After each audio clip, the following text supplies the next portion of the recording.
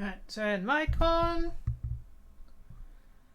Because I moved the mic before when I was doing something on this desk. Hi everybody, hello. It's another day. Another weekend. Fucking time goes fast. Why is that happening? It's no good. Anyways, we're back. All the things I prepared for last week when I had no internet are here. The one that we already done. The one we need to do today. And, as promised, come on camera, domed rivets that we need to install. I need to find a leather punch that can do. And I just realised I need a piece of wood. Something. I will find something. Anyways, so yes, I do think they are the right size. Comparing them to the image. So yeah. I had to buy 20. I couldn't buy them individually. So I just bought 2 packs of 10. So, yes, so that's all the things. So I've got the other parts ready. We've got the other things ready. Also, so I have to take this one apart slightly to be able to put these rivets in. And also then, the inside, this part where the seam is not nice. So I need to make some bias binding so I can put that over it so that this seam is nice. So that's one of the things we need to do as well. I don't think I'm going to have time for that today. But, in general, we're getting there. Forgot the leather glue last time we were shopping, so because we need to have a little spot there that we need to just glue the leather together so it's not visible. But in general, quite happy with this. Is it perfect? No. Is it good enough? Absolutely.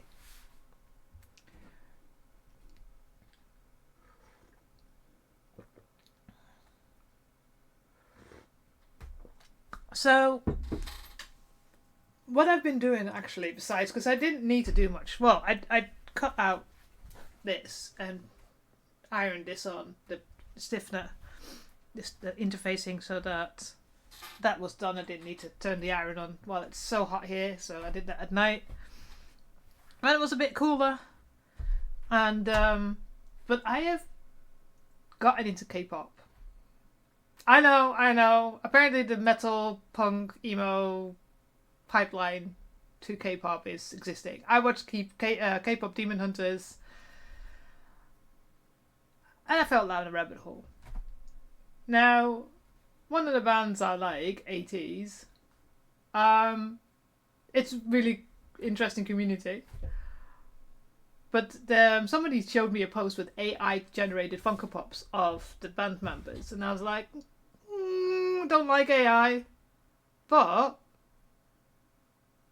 I've always wanted to modify Funko Pop into something else. So I bought a broken Harry Potter Funko Pop and I'm turning it into a K-pop singer. I may... So...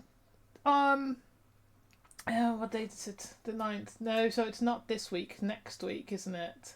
Yes. So maybe next week on the 18th, on a Monday, I'm off. I might do a random stream, or I might do a stream on Saturday. I don't know yet. But I'll be showing the work I'm doing on this Funko Pop because I'm having lots of fun with it. Using epoxy sculpt, changing hair, changing shoes, adding clothing. So yeah, I've been having fun with that. It's just something that, if you're doing something, it's the ADHD in me. I love doing stuff that I've always wanted to do one thing. And it's like, now I have an idea of what I want to do. And then I just go and do it. Because why not? So...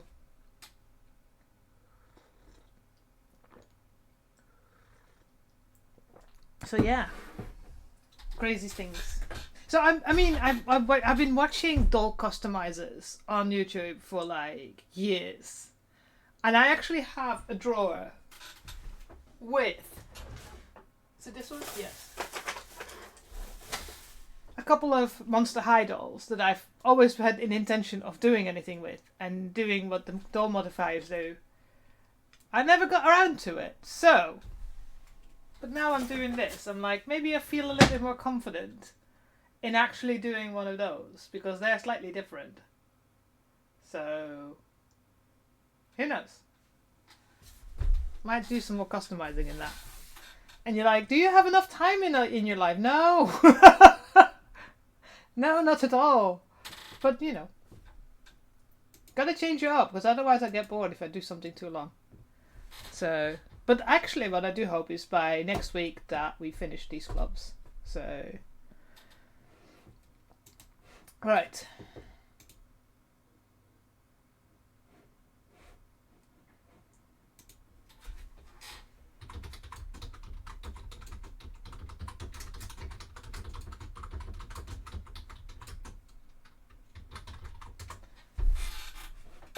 Right, okay. Here we go. Hey, Honrad!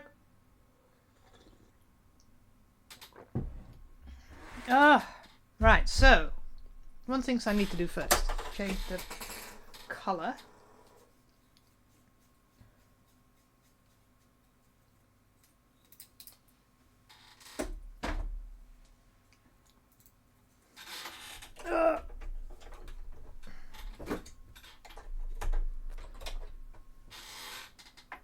How are you today, by the way, Honrad? I've not seen you today yet. I've been so busy. Well, I've been sanding. Is this the right colour? Is that the right colour? That's the right colour.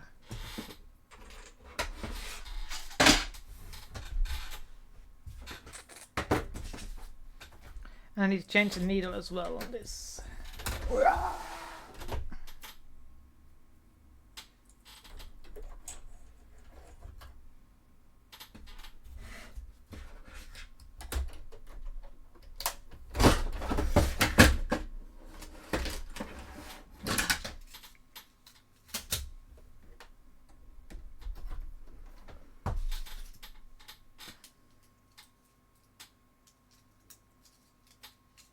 I like this.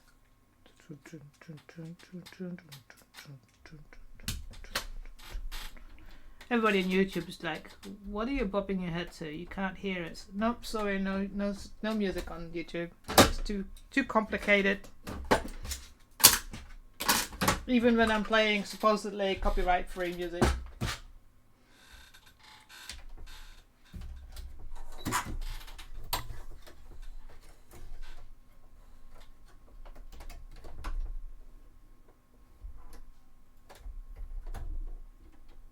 Ah!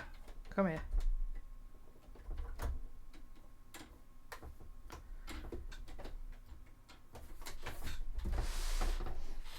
And I need to take this apart so that I can put those rivets in.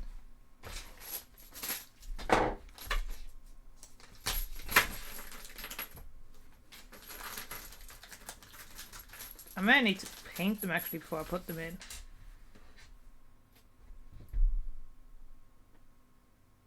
Quite shiny.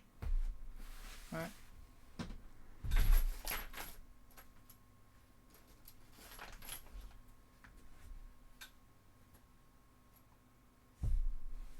But do you think that works?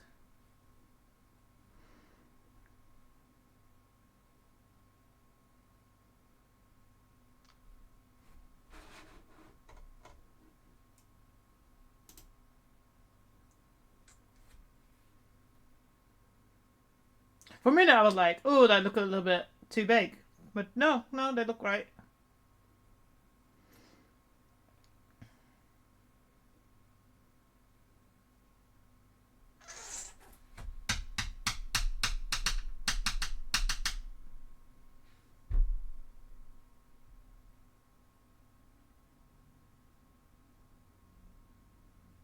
I'm not sure how I'm gonna. Just want to check as well how small that can become. because it's very thin leather.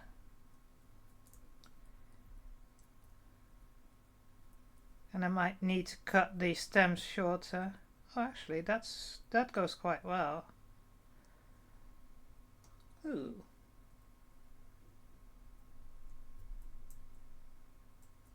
I need a piece of test leather.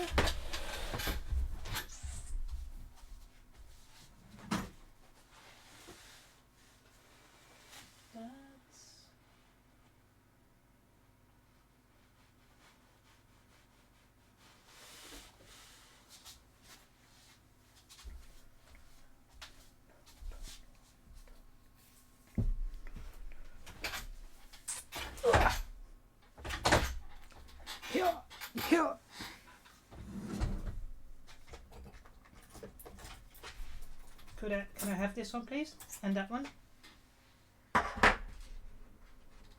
Need to see what size hole I need to make.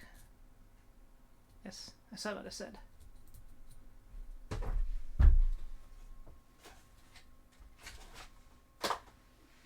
think it's this one.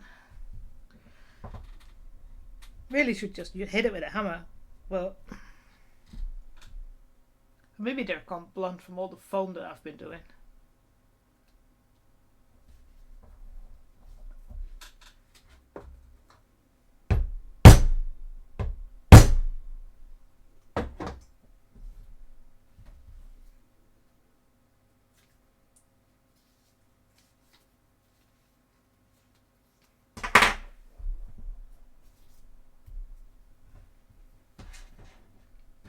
Okay, so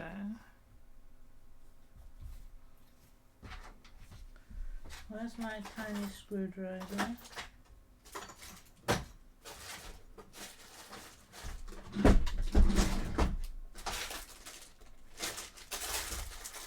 Screwdriver, where are you? Oh, this is falling apart. Oh dear. No, don't fall out.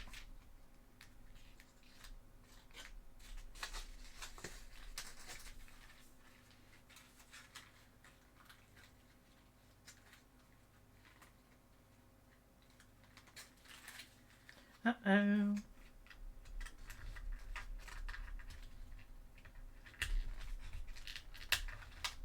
That will become a mess. Come on, go in there.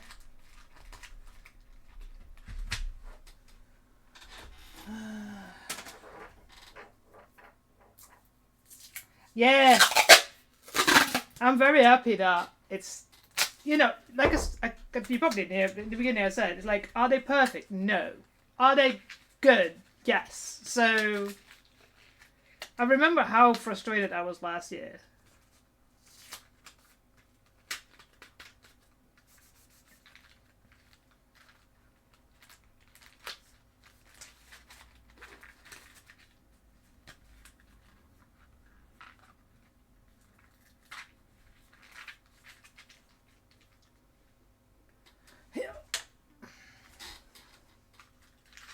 Ah.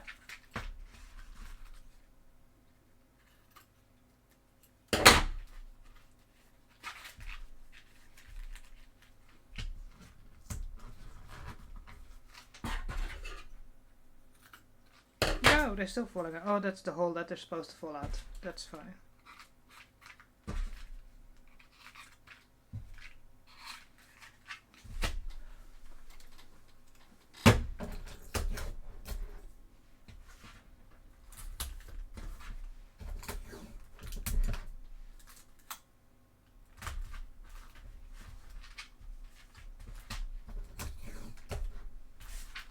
I need to just put them in a different box, don't I? That's easier to deal with. Stop falling out. Here we go. But I still haven't found my screwdriver. Is it in here maybe?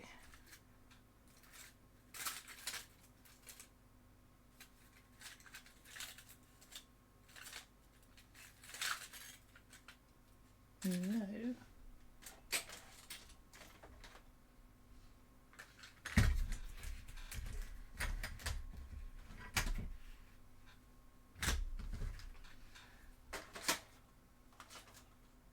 Where the hell's my screwdriver?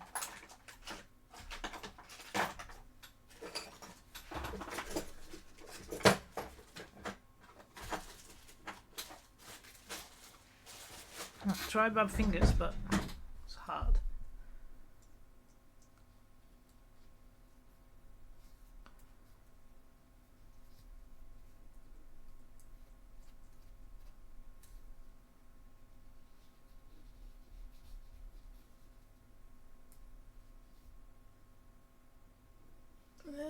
Come on.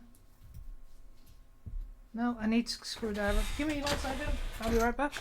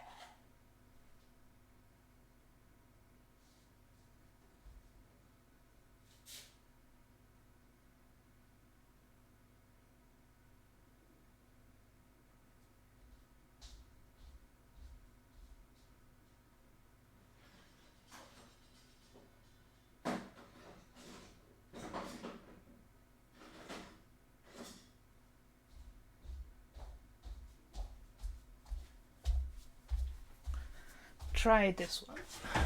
I have a small one that's perfect for these kind of things, and these are all usually quite too big. I don't know where I've put it. Yeah, it's too big.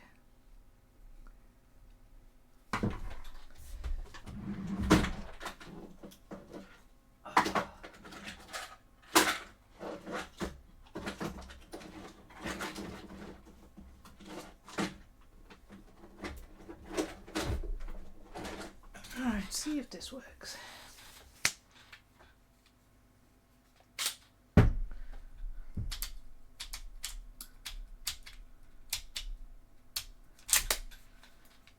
Is this small enough?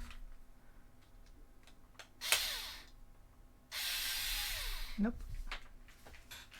Damn it. But it might still be that I need to cut off.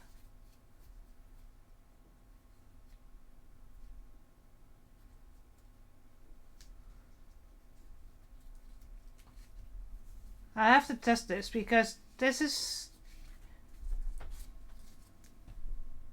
It has a little bit of space between the leather and I need it to be tight so it doesn't move. So I might have to cut off a tiny bit of the stems.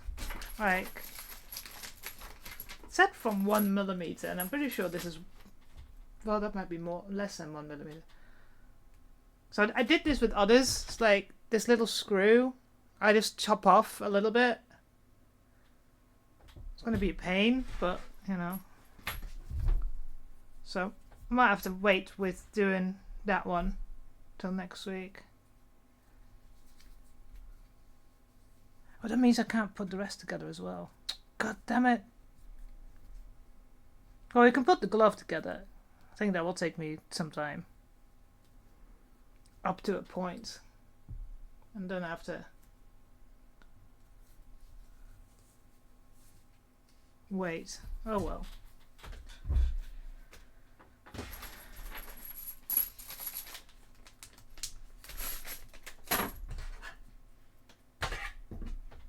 I can't believe where I put that little, it's just a small screwdriver that you can use for glasses and stuff like that.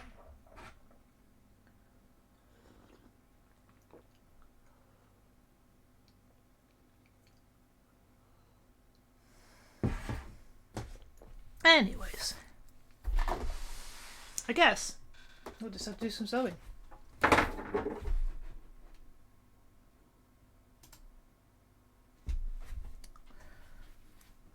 And hopefully everything will come together. Luckily, like I said, I do have enough leather if I fuck this one up.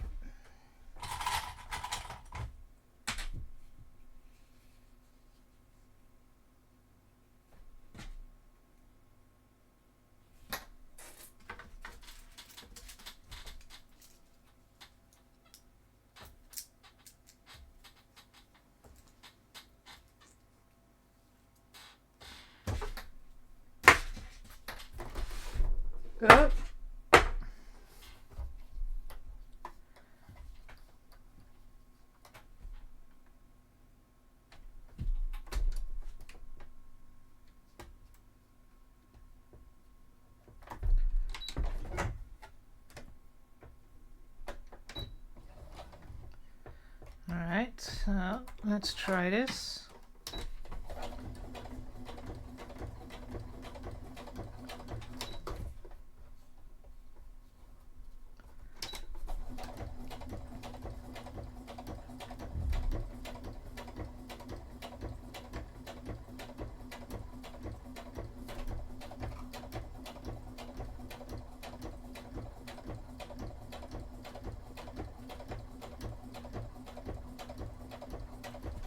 I know I need to make this smaller anyway, but let's try it.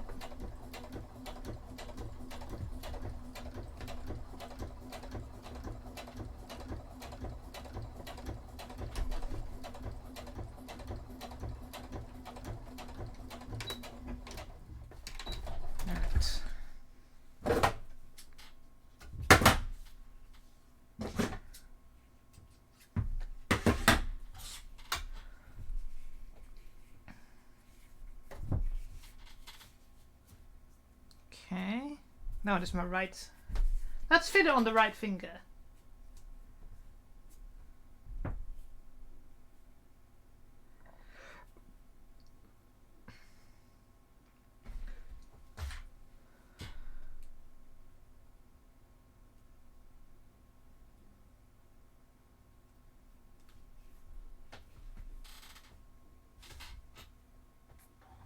Thank you for the follow, any gift. Thank you so much for the stream.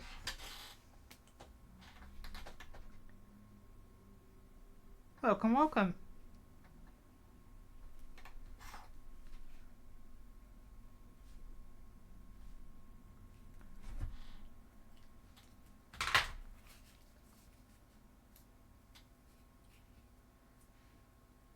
Okay, let's try that.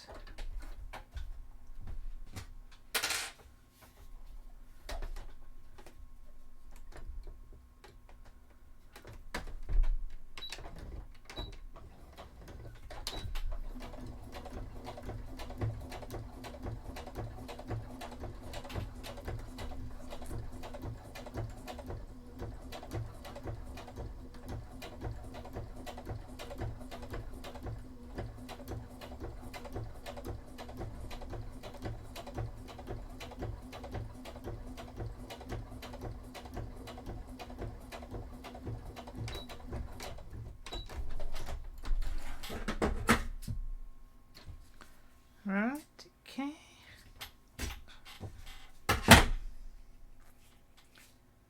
That looks pretty good.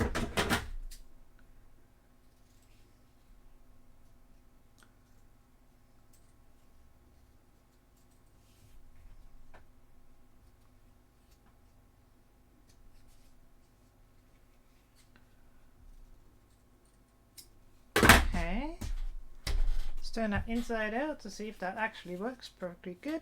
Yoink.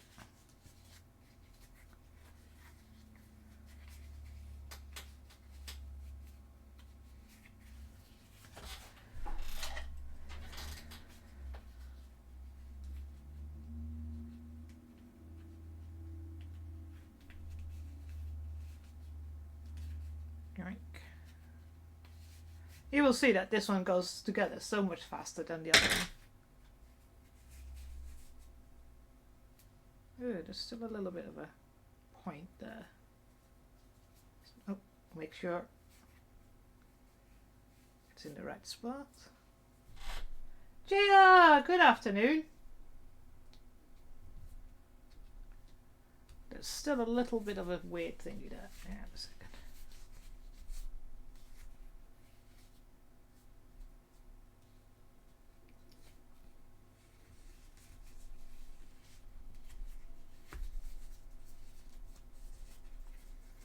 All right.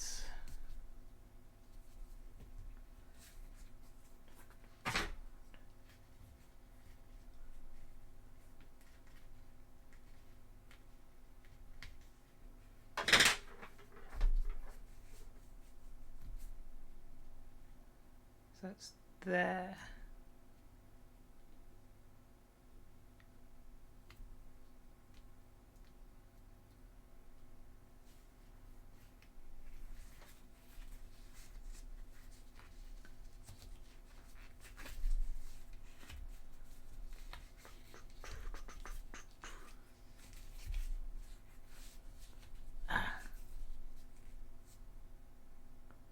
it's there, isn't it?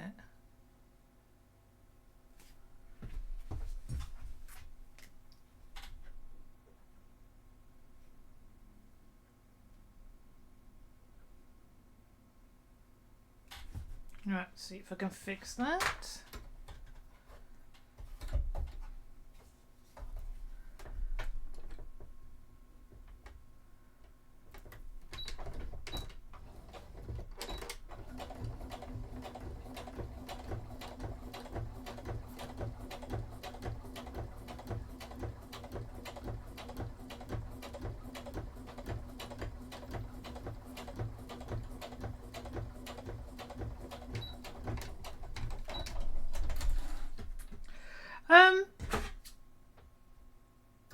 Going alright. I just started on the other one.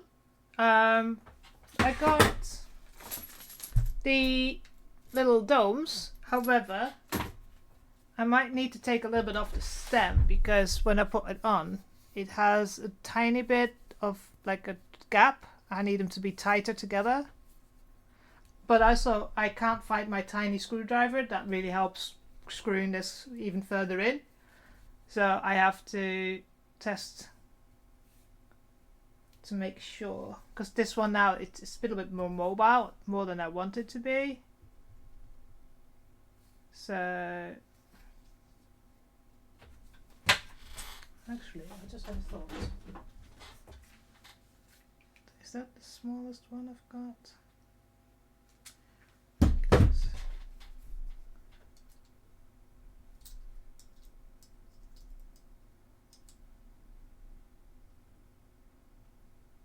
Yeah, it's totally tight now and it's still got space.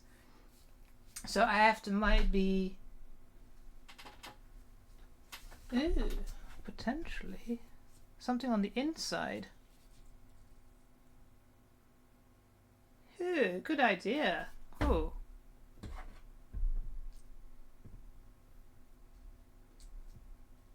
What if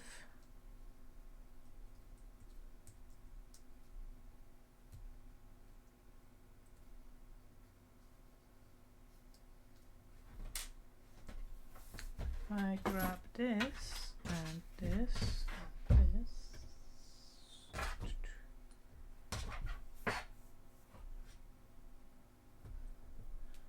Gave me an idea. Not foam.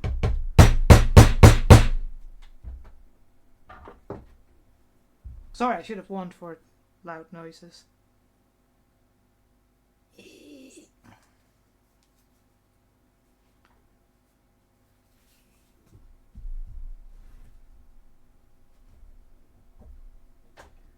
Is that heavier? That's heavier.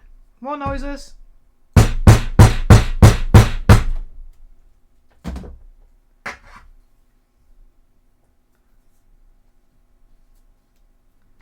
May have kinda ruined my things with foam.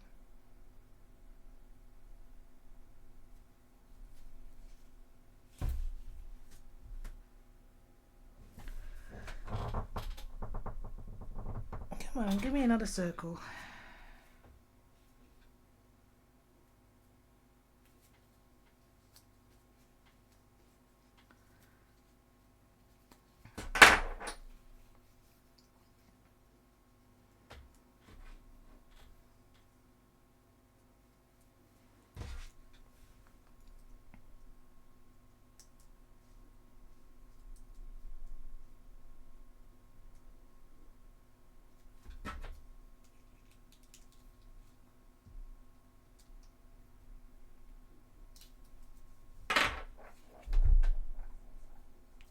That's better.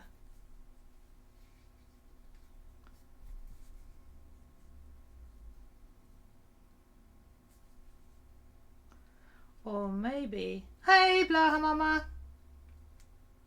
Oh, I saw your message. I just haven't been able to check it out. I've been so busy. I've messaged you linked an Instagram, I think.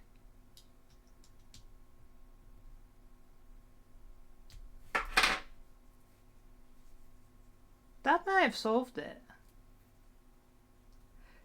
Yeah, I just literally been running around. Um, so where I work in a team of 3. I only work 30 hours a week. They work 40 hours a week. And guess what? They're off. So I'm doing the job of myself and a couple of other people. So, yeah, I've been kind of sitting down going, why is my music not playing?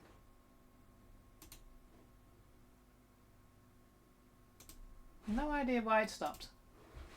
Oh well.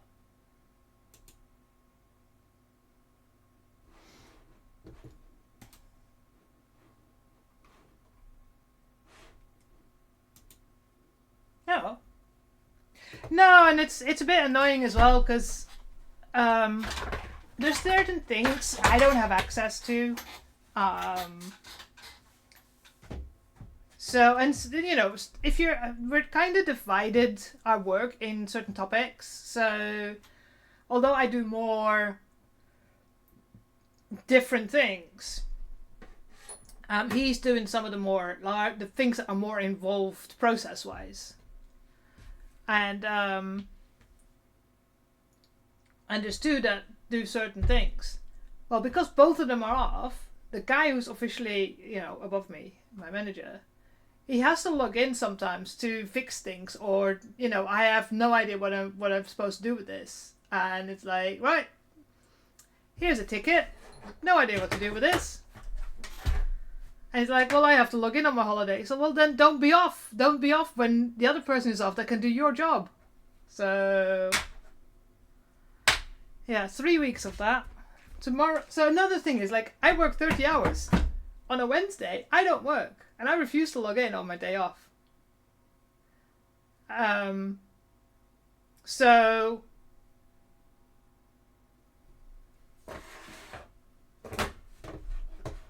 And we have another spammer. Why can I not mod on my fucking computer? Yeah. One of them is off for 4 weeks because he had holiday plus paternity leave. I know. In Europe, men get paternity leave if they have a child. And the other colleague is off for 3 weeks. So on Wednesdays, nobody's doing anything unless he logs in. I refuse. Unless you want to pay me overtime, 1.5 times, I ain't logging in. Not on my holiday, not on my day off. So next time, next year, whatever, just don't be off at the same time. I refuse. Next time he says, oh, we're going to be off at the same time, I'm saying no. What if I fall ill? The work I do for the bank is involving legal processes. So this involves police requests, seizures, death. We need to block people's accounts when these requests come in. Nobody else can do that job. So yeah. Anyways. That's why I like my battery's been quite dead during the evening. And I've decided, I came across, I said this in the beginning, so I fell into a K-pop hole.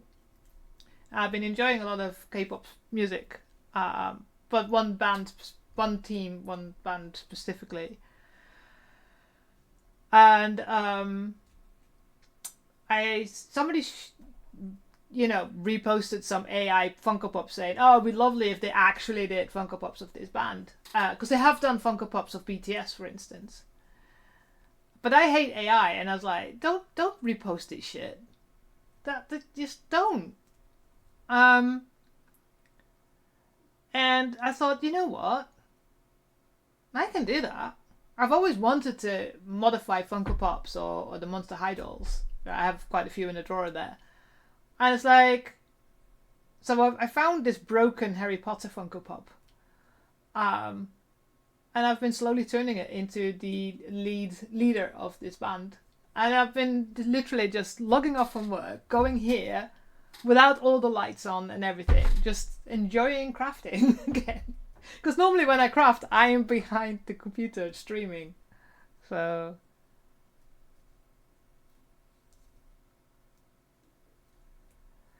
but that was a good idea, JR, because I just put two layers of leather. And that kind of solidified it onto there. If it was a little bit stiffer, it would probably be even better. So I'm wondering.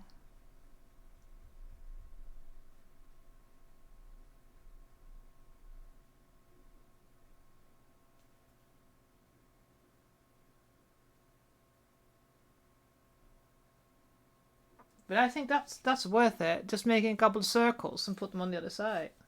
So, okay.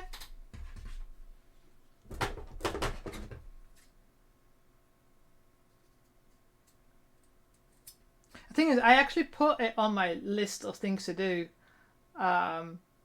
Check link I've been sent on Blue Sky. I got reminders about payments as well. I was like, oh fuck, I better do this shit, don't I? Oh, actually, that's what I wanted to do. See, my brain, it's all over the place. This person, ban, done.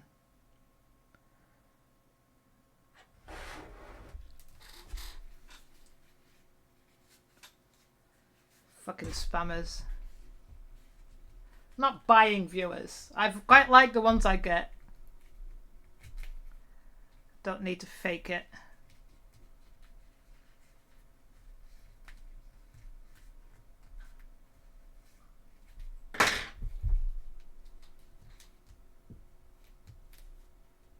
Right. That's the thumb. Done. Whee! That still looks weird. Oh well, it's leather. It will form to my thumb later. Whee! Did you see, by the way? I don't know. Did you see that? I finished one of them. Look. Oh. Ta-da!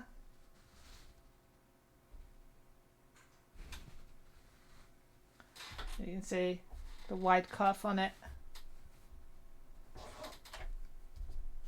It feels so fancy.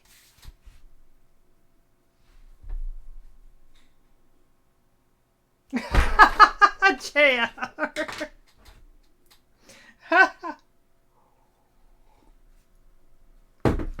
But yeah, I just need to put a couple of these on. So quite happy with that. I need to finish the other one off for a different project, I think. So yeah. Anyways, right, now comes the hard part of putting it in here.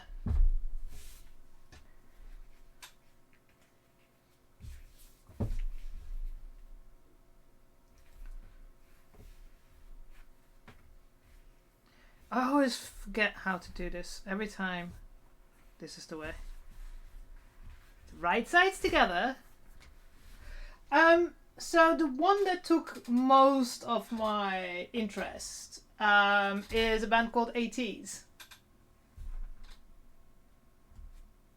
They have a very different sound than most K-pop bands.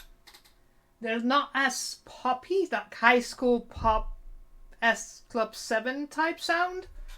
They have a bit more like punk, metal, rock influences.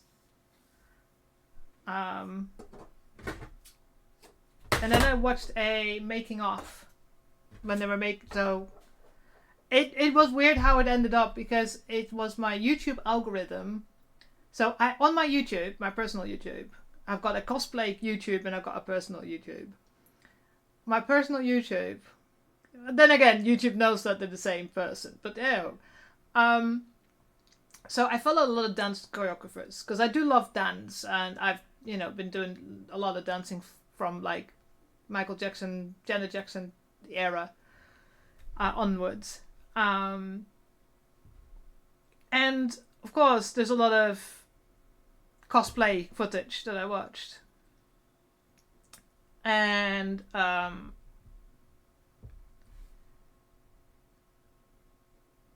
one of the videos that was recommended to me was K-pop in public.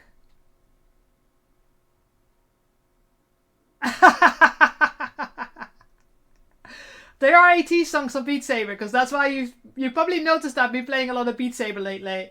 It's really good for my cardio, so I've been more motivated to actually play Beat Saber and do some cardio. But the one, so they K-pop in public, so where a dance group imitates the dance choreography of a K-pop band in public. And the first one that was recommended was Like Jenny, by Jenny from oh god, aespa. I can't remember which band she's in, which group she's in. And the same group. I'm terrible. Although then again, I'm playing some of these songs now on expert. And then the next song that was recommended to me was AT's Eyes on My Teeth. And that song just stuck in my brain. I could not get it out. So it's like, oh, let's actually check their actual music video. And their music video is actually quite brilliant. I absolutely love the way they the visuals that they put together and how they put it together. And of course the visuals of the persons were pretty nice as well. But that's quite normal with K-pop groups. And then I watched the making of, because I was like, how much is Sia? Hi, Magnus! How much is fake? How much is actually really done? And I thought they were just so funny. And then, of course, YouTube went, oh, so you like 80s? So, yeah. I mean, Stray Kids is pretty good. They've got some really cool songs like Chick Chick Boom. And I knew Maniac. I knew Maniac from Twitter. That was all over Twitter during COVID. But there's not many others that I found out that there's actually quite a lot of K-pop songs that I knew that I didn't realize were considered K-pop. Like SHINee's Lucifer. I have heard that when it came out, years and years and years ago.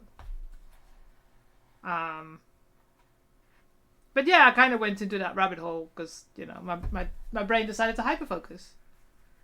So have I now spent some of my money on albums? Yes. Apoki. Oh, I need to check that out then. See, I always like unusual things, mixes. But if you look at if I look on my shelf where all my CDs are,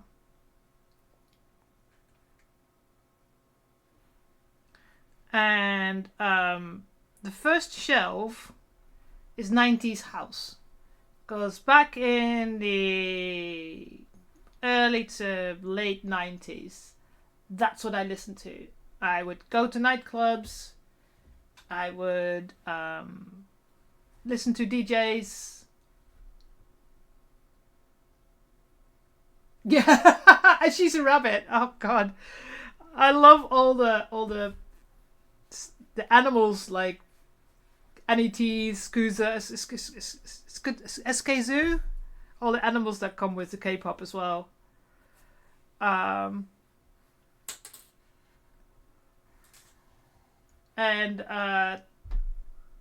the next section that I have on my shelf is quite random.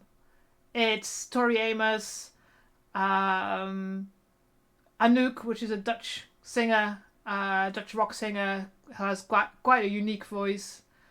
What else have I got on there? Too Unlimited, because I'm Dutch and I thought it was funny. And then the next shelf is all pure ska. Like Mark Skasters, Mad Caddies, some compilation CDs, because it was easier, they're cheaper to buy sometimes than buying all the different ones.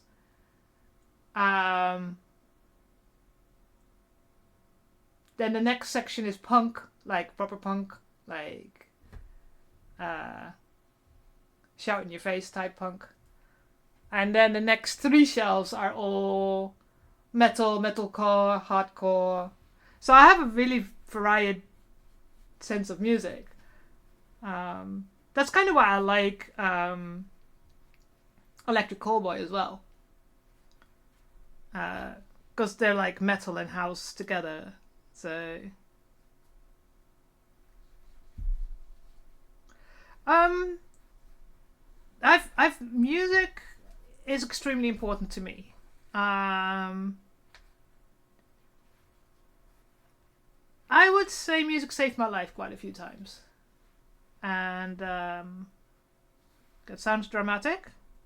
But there have been some low points in my life where I think music kind of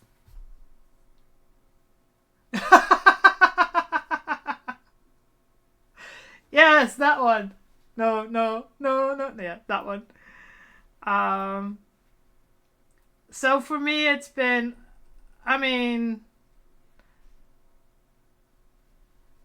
I have the Space Jam and the Mask. Oh, actually, I sold the Mask soundtrack recently because it's like I have too much shit that I'm not listening to anymore.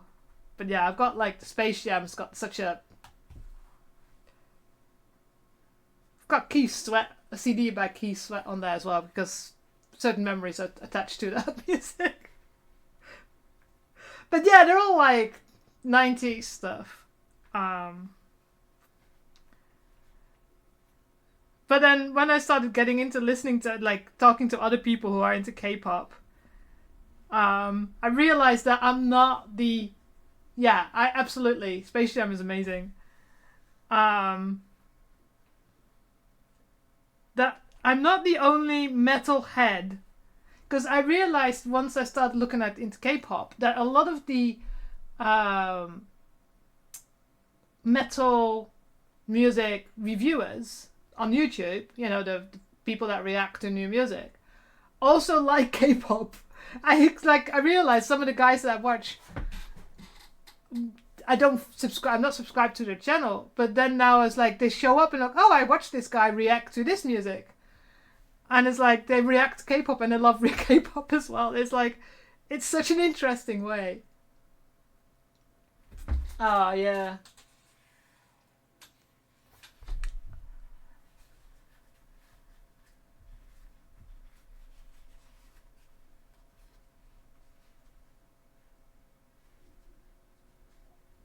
I mean, it was a time of the like part cartoon, part real stuff, like We Framed Roger Rabbit. No, it's not. It's a very simple movie. I mean, my favorite movie is Tango. And recently I got some of my gamer friends to watch it. We watched it on Discord and streamed it. And they were like, now that makes more sense of who you are because this is your most favorite music. Oh God. That's not right. But yeah, Tango in itself it's not like a great story, but it's a fucking great movie. I love watching that movie. Also, though, one of those guys that I got watching Tango, I told him to go watch K-pop Demon Hunters, and he did. He watched it 3 times and got back and started checking out ATs as well. I was like,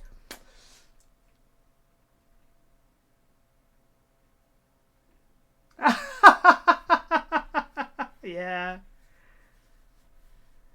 Oh, there's so many things though.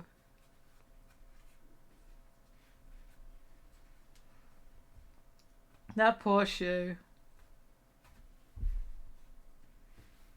The thing is, nowadays, I think so many remakes. I can't watch the Neverending Story. I just cry my eyes out. That's why I don't listen really to sad music because it influences my mood so much. No, I haven't.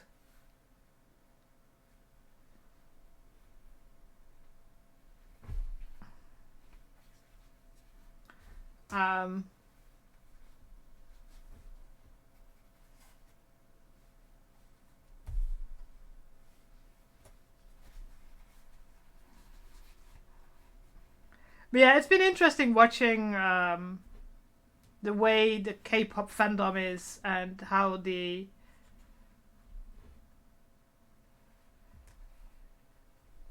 it works.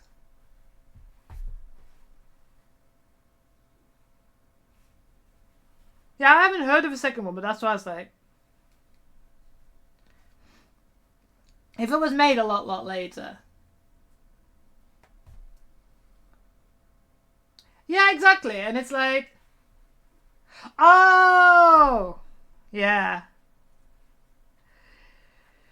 There's now so many, not just remakes, but like old movies that are being redone with like that, like 20 years later with the same author, same actors, and they're all like ancient now, and it's like, okay, I'm ancient, but it's like, why do we need another? It's a bit like Aliens. It's like you should have stopped.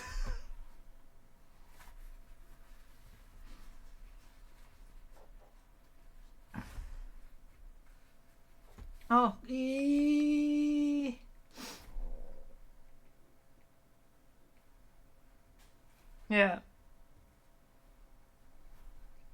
I remember watching um, Indiana Jones and the Temple of Doom. I think I was 8, something like that. That fucking scared the shit out of me. I'm not. I'm not good. People always find. Yeah, exactly. But then again, we were sent out. Go like just go back. Come home when the light, street lights go on. Come on, okay. Um. But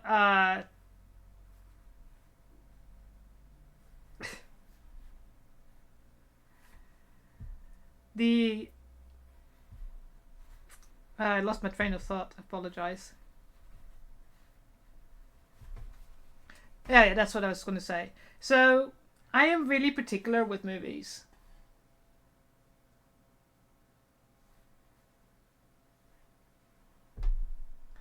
Um, I don't do comedy, in principle. Definitely not rom-coms. Freaking hate those. For me, just like books, a movie has to be an escape. It has to be outside of this world. I don't want to watch something that is real world related. Um, Most of the universe was fun. I mean, by the power of Christ, God. Um, and the same reason I don't do sad movies either. Like the reason why I don't do sad music, the same reason I don't do sad music, sad movies, because it influences my mood too much, and I just have no control over that. It's just the way my brain works. So I prefer action movies, sci-fi movies, anything in general where it's not real.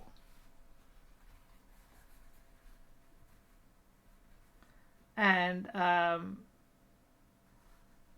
yeah, I'm a bit weird maybe in that respect, but yeah, I can't watch movies the same again either if I've watched them not long ago, because my brain already starts playing what's going to happen again, happen next, and it spoils it. So yeah, I'm just difficult.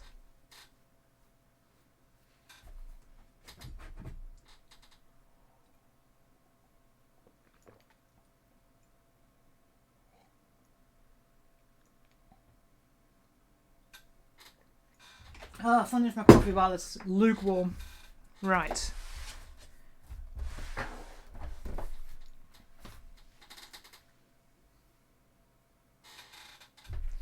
Now comes the hard part, trying to sew this together. Am I going to do it this way or that way?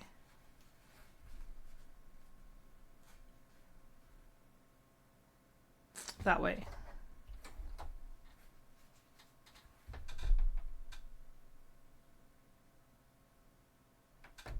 that's cool. I mean, there's sometimes so much, you know,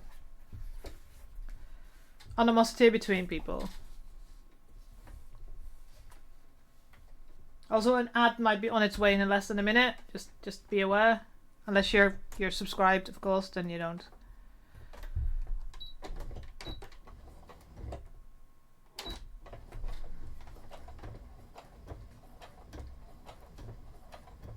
Alright, let's sew the thumb on. I hate this. See, the biggest problem I have at the moment being in Poland, if a movie does not have English in it, the subtitles will be in Polish. So I will miss some of the meaning in the movie because of that, which is freaking annoying. But it's why I bought the Dune movie on DVD, so I can have English subtitles. Same problem that I have with Netflix.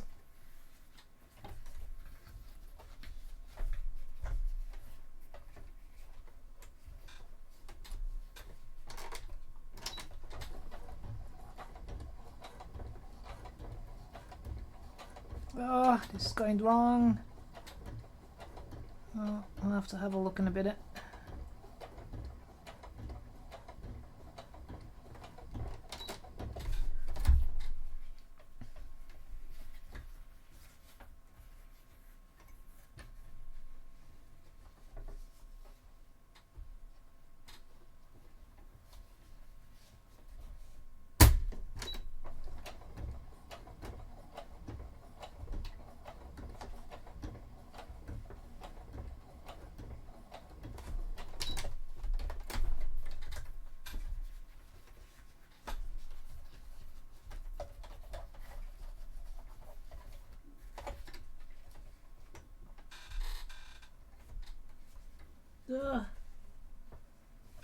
Hopefully.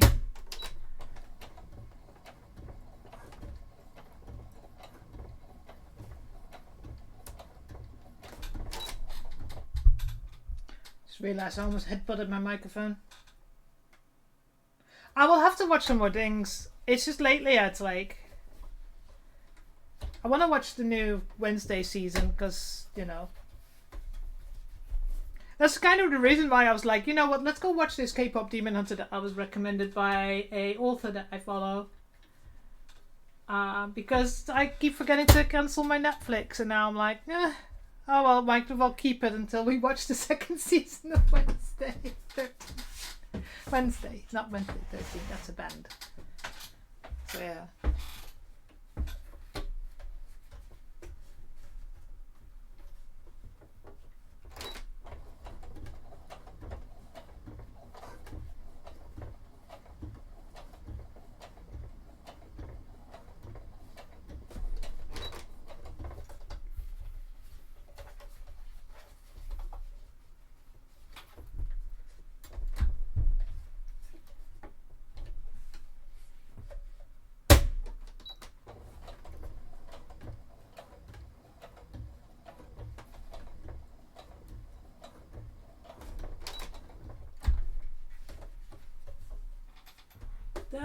Yep, I've gone wrong. Awesome. JR being the mod of all mods.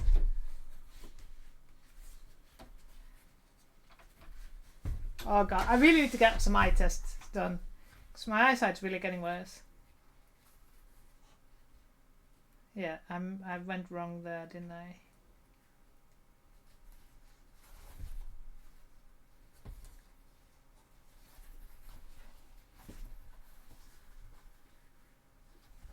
Did that go alright? Yes. Now let's remove the baste stitch.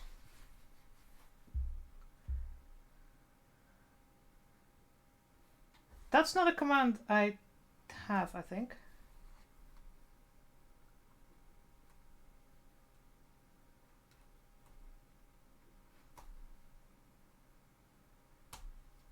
All right.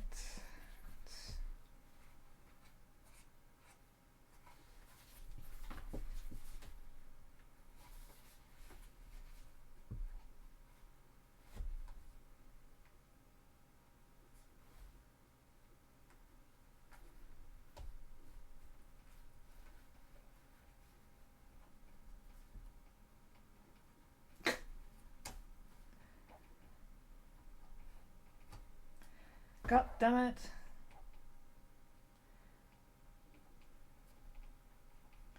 Ah. Why is it so hard to get this out every time?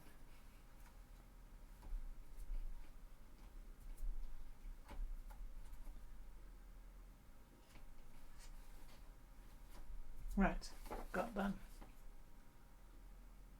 Right, okay.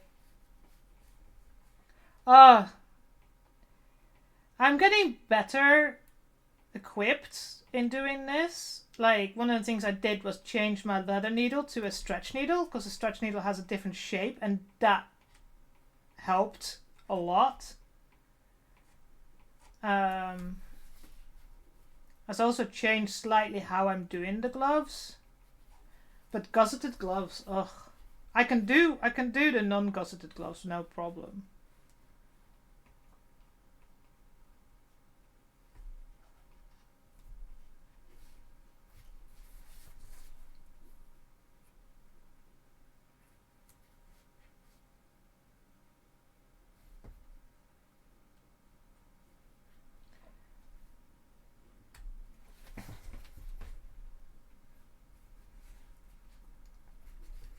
Give me! Ah, okay.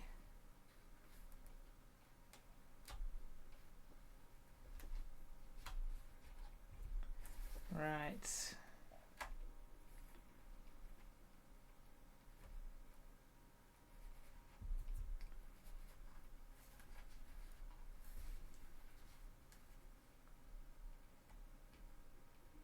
Yes, this is where I went wrong. I thought so.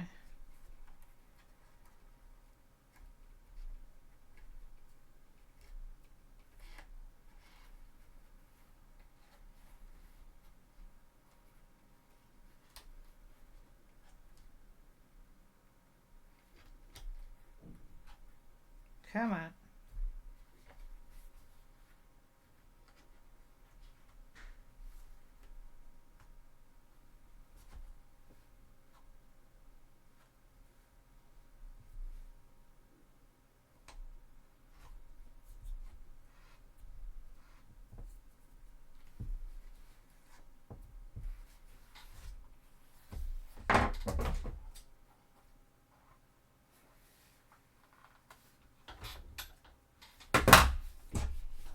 Yeah, so much.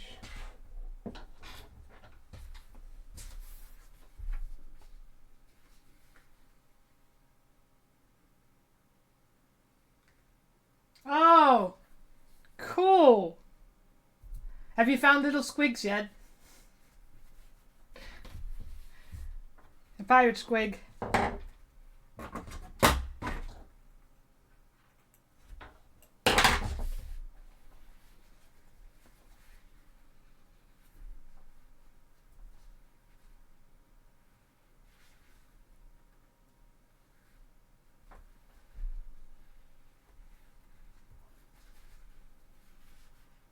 Nice.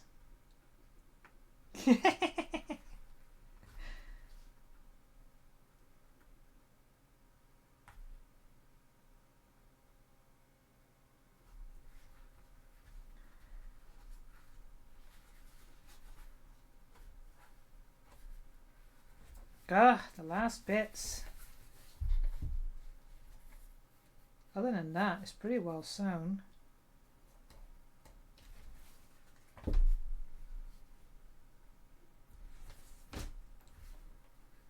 Yeah, that's where it went wrong, didn't it? Let's go back to here.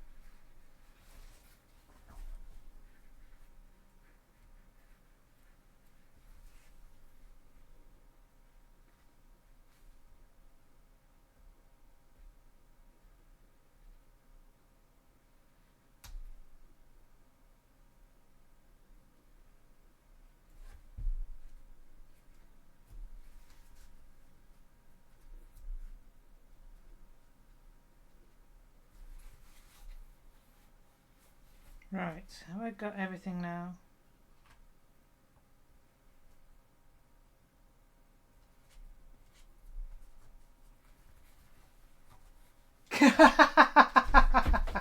Thumbs up.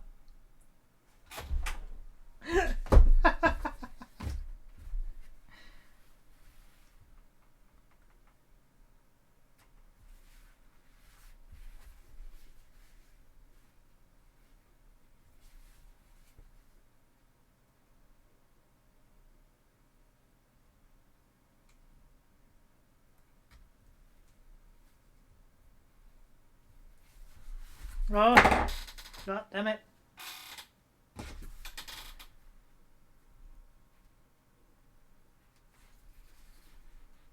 Come on, let go. I need you to let go.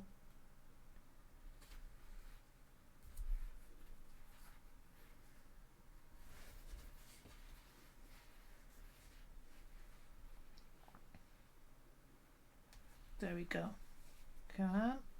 Yep. There we go. Right.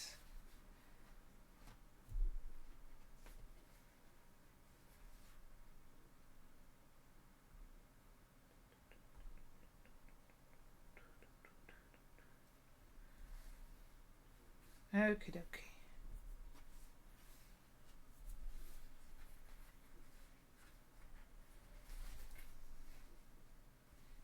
It's pretty solid in there, so let's just cut these strings off and just go. Fuck it, you can't see it from the other side. We don't know.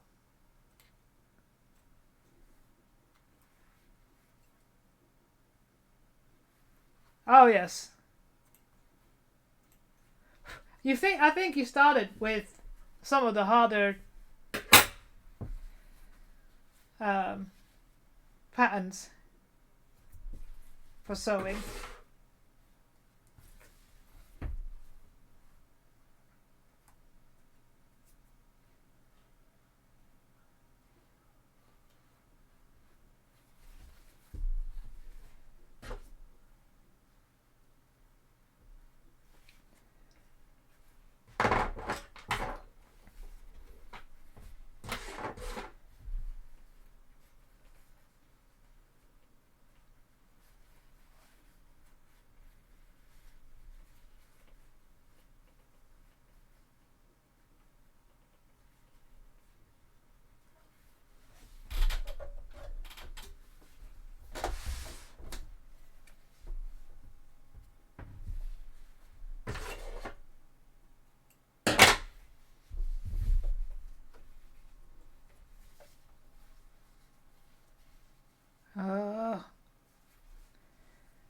Damn it! I need to... This is the hardest part as well. It's the bottom curve.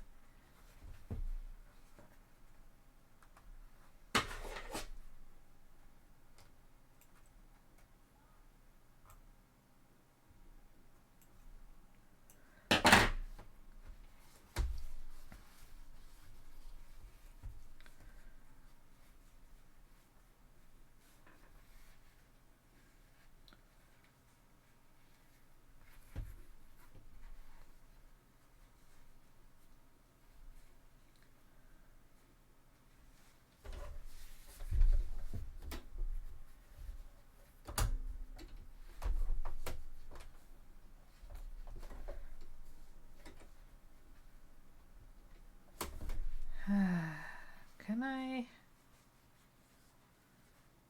just...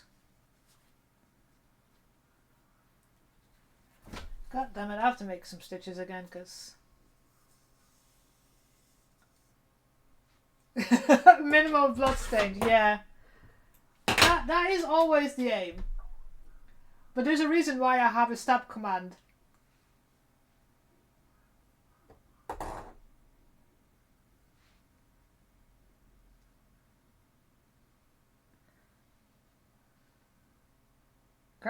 Come here. Yep. It's been not too bad lately, I must say. I have been worse. But I'm not good at hand sewing.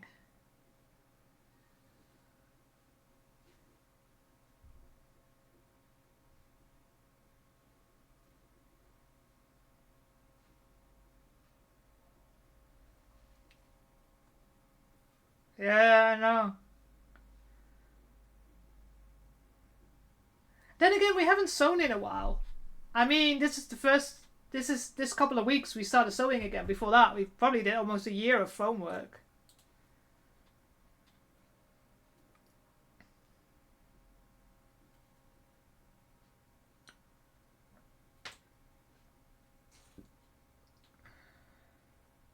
Right, so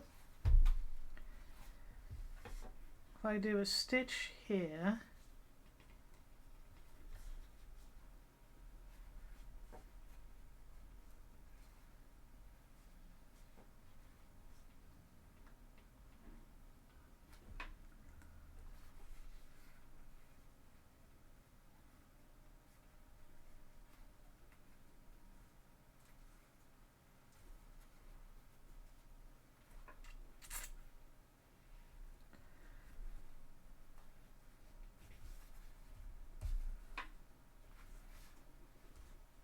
come on, yeah, that way, I said.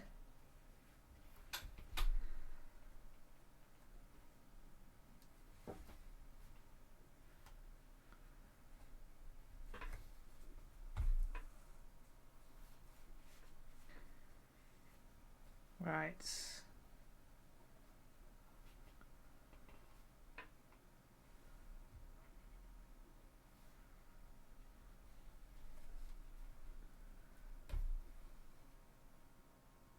Yeah.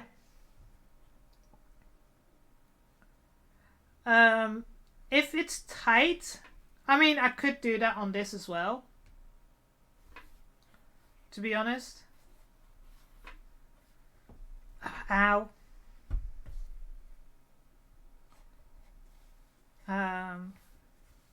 Right, so I tie you off here.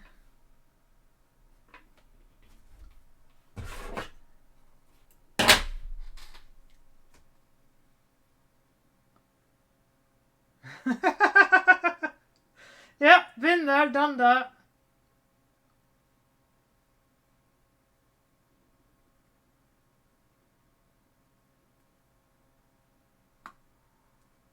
I've literally got my finger stuck once.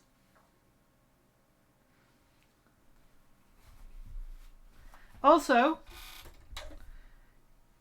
I don't know if you use this one, but this zipper foot has got like a little window in front. That works really well as well. It's a normal zipper foot, but it's got a clear see-through area, so I find that so much easier to sew.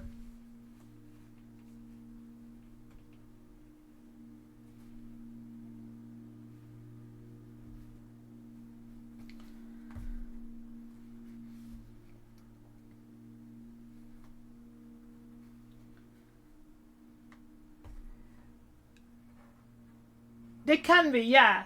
But buy universal feet. You don't need to buy expensive feet.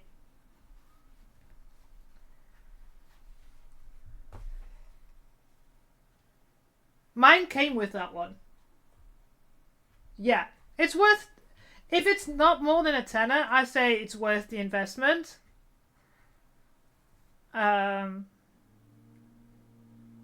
Who's fucking mowing their fucking lawn at the moment? But this one came. My sewing machine came with this see-through foot, but it's so much easier to see where you're sewing because that one line is where you have to sew.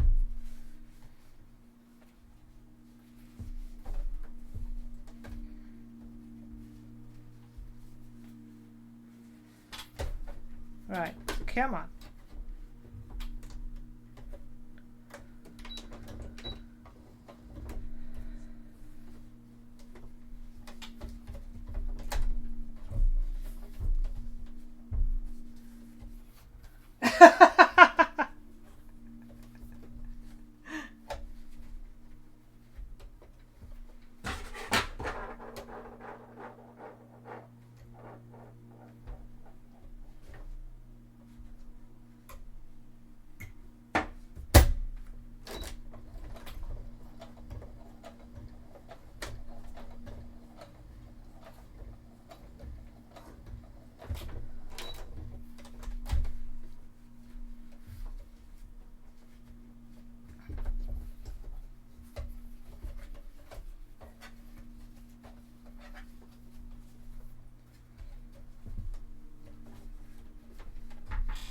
Oh, this is such a pain.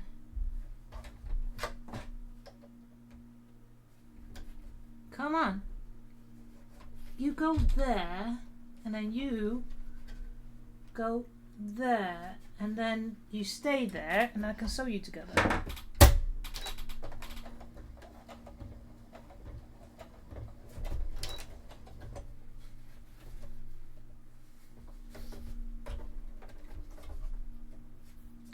My lawn is an absolute mess. My garden is a mess. I need to really do something about it. I want to make it cat proof, so I need to install like a couple of high poles and then put like a bracket on it so that I can put a 45-degree net on it so that the cat can't climb. Because apparently they can't climb upside down.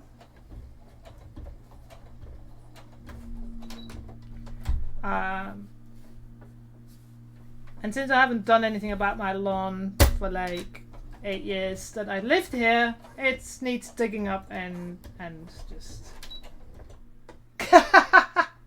no, so that my cat doesn't go out.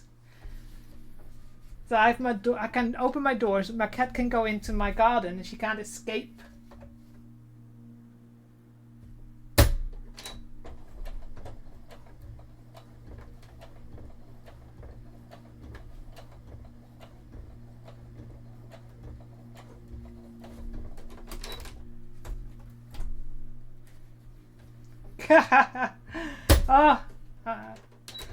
Looking at like, so with the K-pop in Korea, the prices are pretty low for CDs and all the merch and stuff. But by the time it gets imported into Europe, plus VAT, somebody's sellers, and I get it because it's a business; they have to make money. But in Korea, the albums cost 10-12 euros. Here, they charge you 25 to 28 euros. And it's like,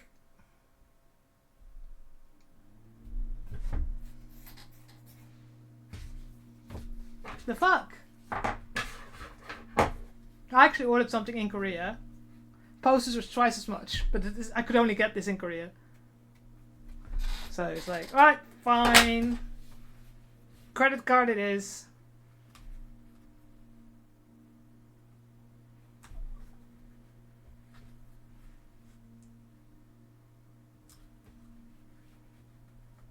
Yeah, but I always wanted to go to Japan. It's just one of those things. I used to do karate, so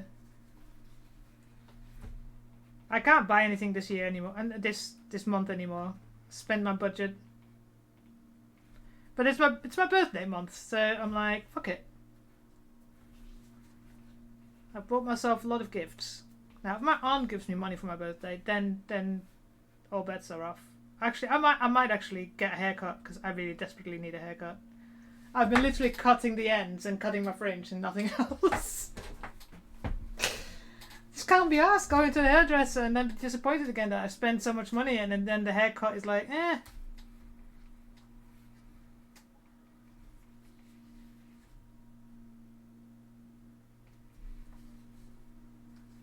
And then within weeks it's gone again because your hair's grown.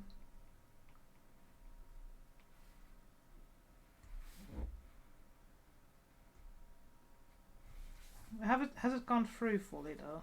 To make sure. Yes. Okay.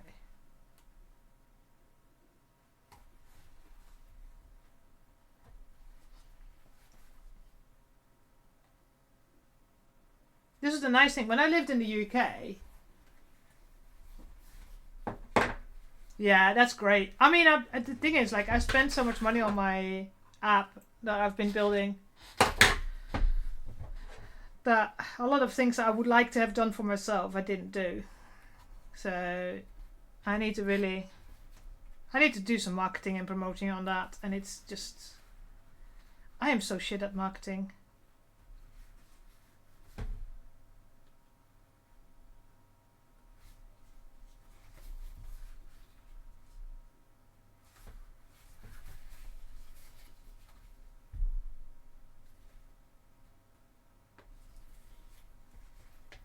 There we go. That one's gone. It's just not fully circled. It is, but why does it feel like it's falling apart? Right, let's try this. Yes, I had to renew. See, god damn it! I don't know if you can see it. The bottom part here. That's why I always pull on it so that the seams get. The rest is fine.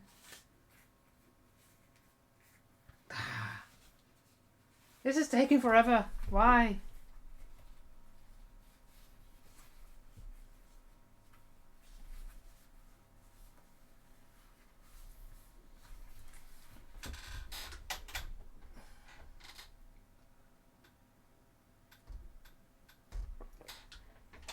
Because I live in another country than my own country, I have to pick up my passport at the embassy, so...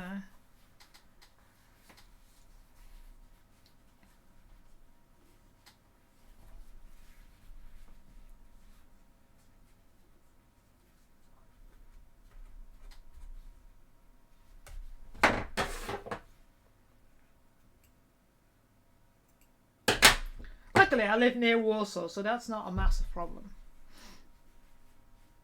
Oh, and ads might start in a minute. I need to find whoever made that graphic so that it shows on the screen.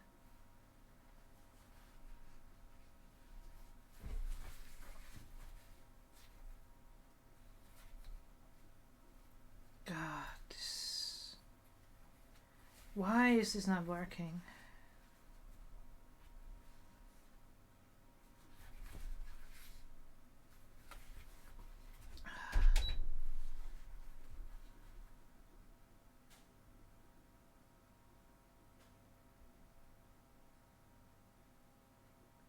That's expensive for a passport. Let me convert that.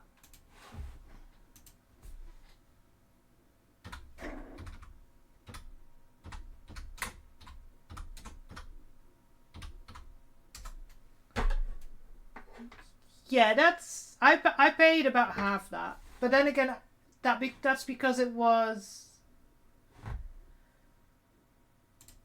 I don't know if it was my first passport, then it would have been more money. But I've had a passport for a long, long time, so.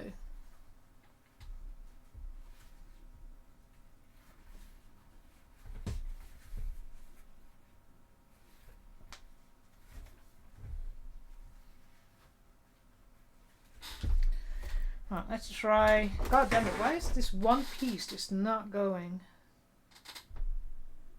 Yeah.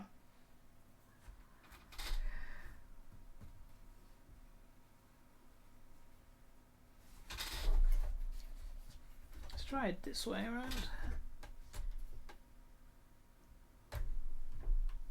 Yeah.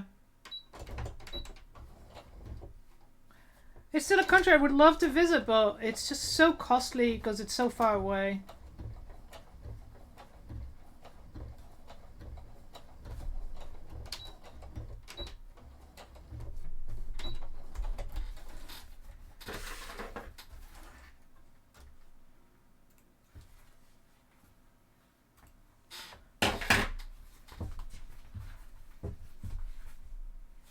Okay.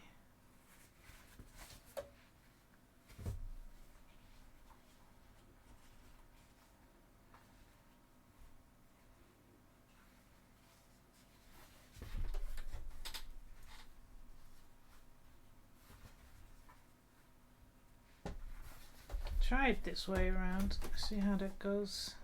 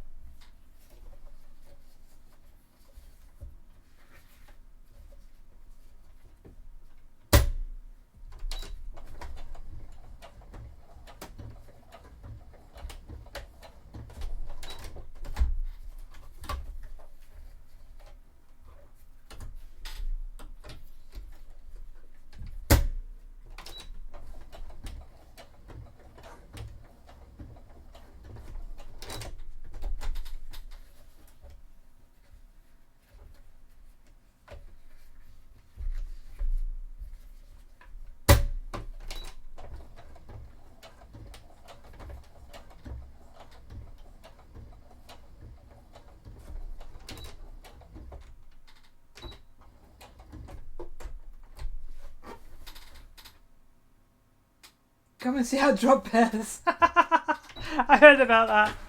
One of the romance authors I author for is a Australian. So when you read her books, it thinks about Ute and you know, all the slang that's Australian that comes in the books. I think that's it. Actually, no, it does not. Ah, fuck. That's why it's slightly off. Ah, you got to be kidding me.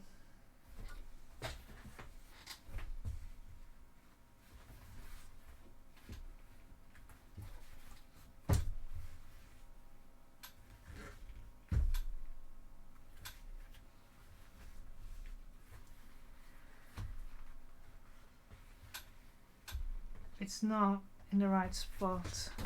God damn it. Can I get away with it?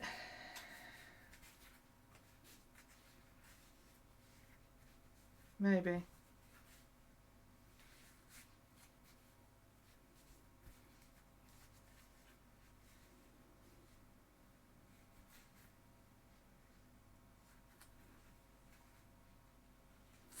It will have to. I can't be asked doing it again.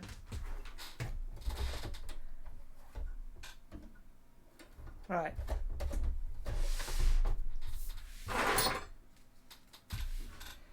So,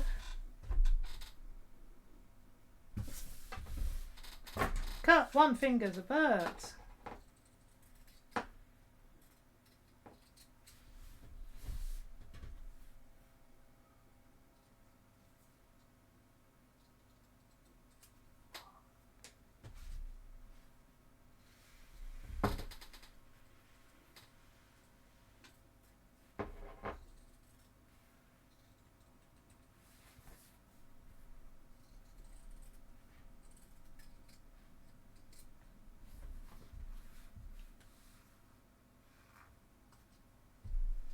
Oh, missed.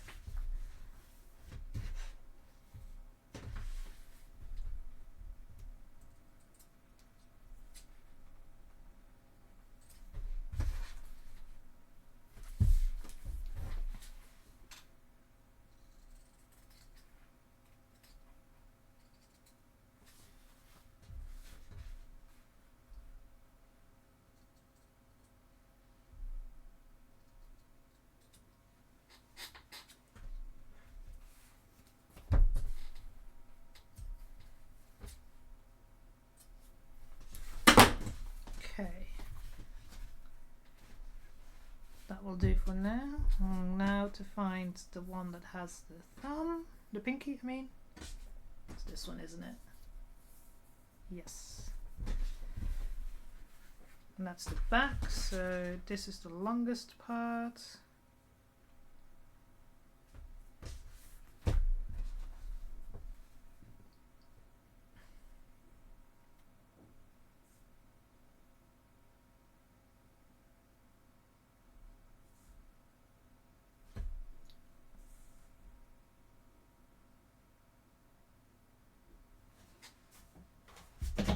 Yeah.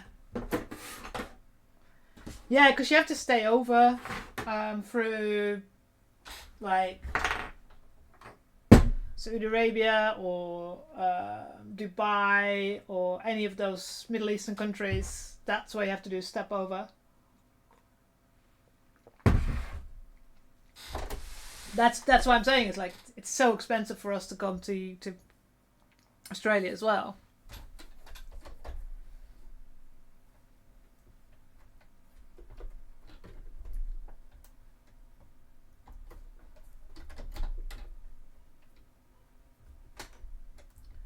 I mean, for you guys, Japan, Korea, they're so much closer.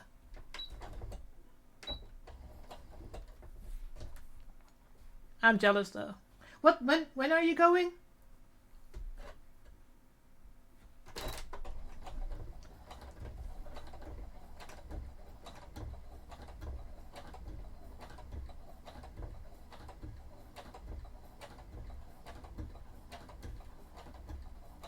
Yeah, exactly.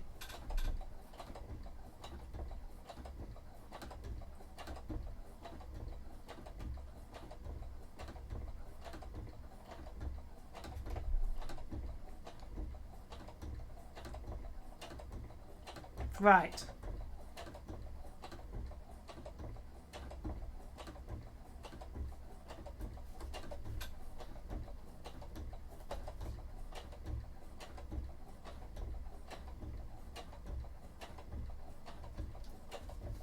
Oh, I need my glasses. Yeah. I used to work for Emirates Airlines, so the flights we booked the most, because I was, of course. Ask me why I'm not going to the US lately, currently. I shout leftist feminist. But you have to do they. So I used to work for Emirates Airlines, and so a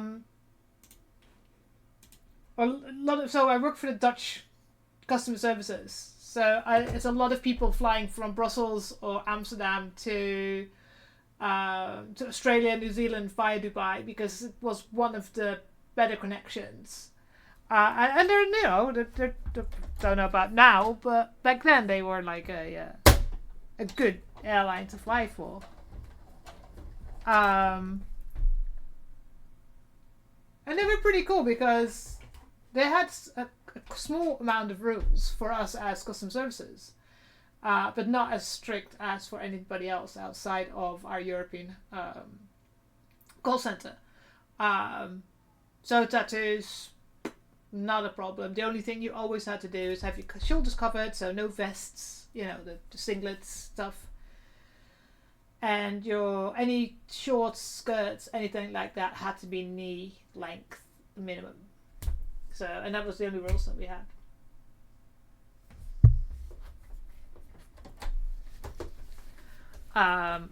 But yeah, one of the reasons I ain't going to the US for some foreseeable future.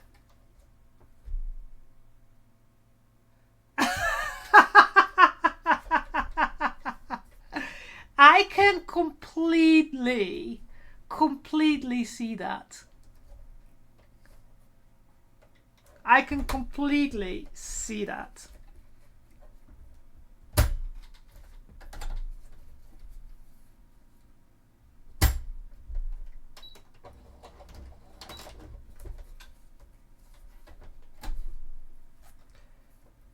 Yeah. So the one of the things that you come across as customer service for airlines. So in a lot of European countries, if you're married, your passport is still on your maiden name. So it's not in your married name. So if you took on your husband's name, in the Netherlands, your passport is still in your maiden name. Oh, people are absolutely dumb. Now, another thing that's very normal in the Netherlands is, especially old people, maybe older than me. So people have Catholic names. So, Johannes, quite a long name. And then what they were called in the normal life would be shortened versions of that. So, for instance, my stepdad was called Johannes, and in real life he was called Hans. Now, the amount of times we've had husbands booking flights, and they do this online, and it very clearly states online that the name has to be as it is in your passport. And they would book a non-changeable ticket, listen very clearly, non-changeable ticket, so a cheap ticket, and then write down the shortened name plus married name for their wives. They could fly, their wife couldn't. So the amount of times people call us up and say, can you not just change it? Like, no, we can't. You have a non-changeable ticket. And people don't understand. Like, well, you can't even change the names. Like, no, non-changeable means non-changeable. What part of you do you not get? And they're like, well, you can just change it in the computer. Like, no, the ticket doesn't allow me to make any changes. Because it could be that you're changing the name to a complete different person. It's your fault for filling in the wrong details. It's...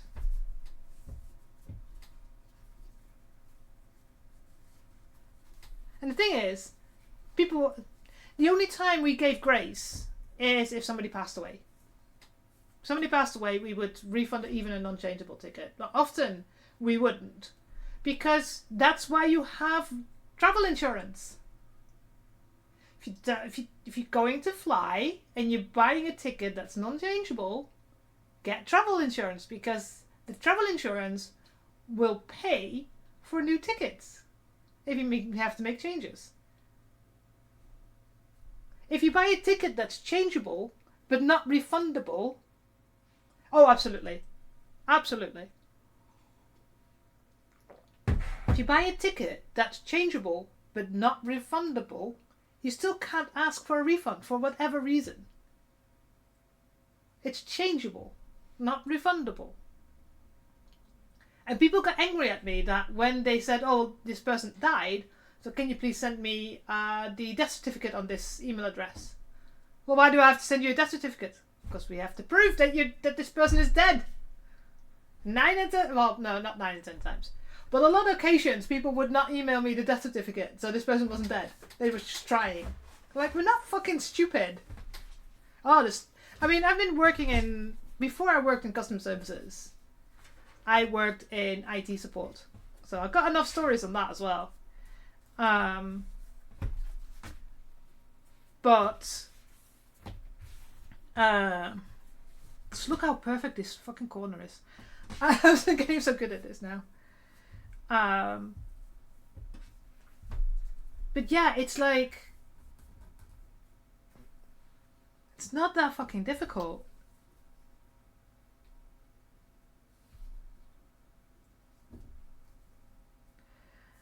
I mean, especially with Emirates Airlines,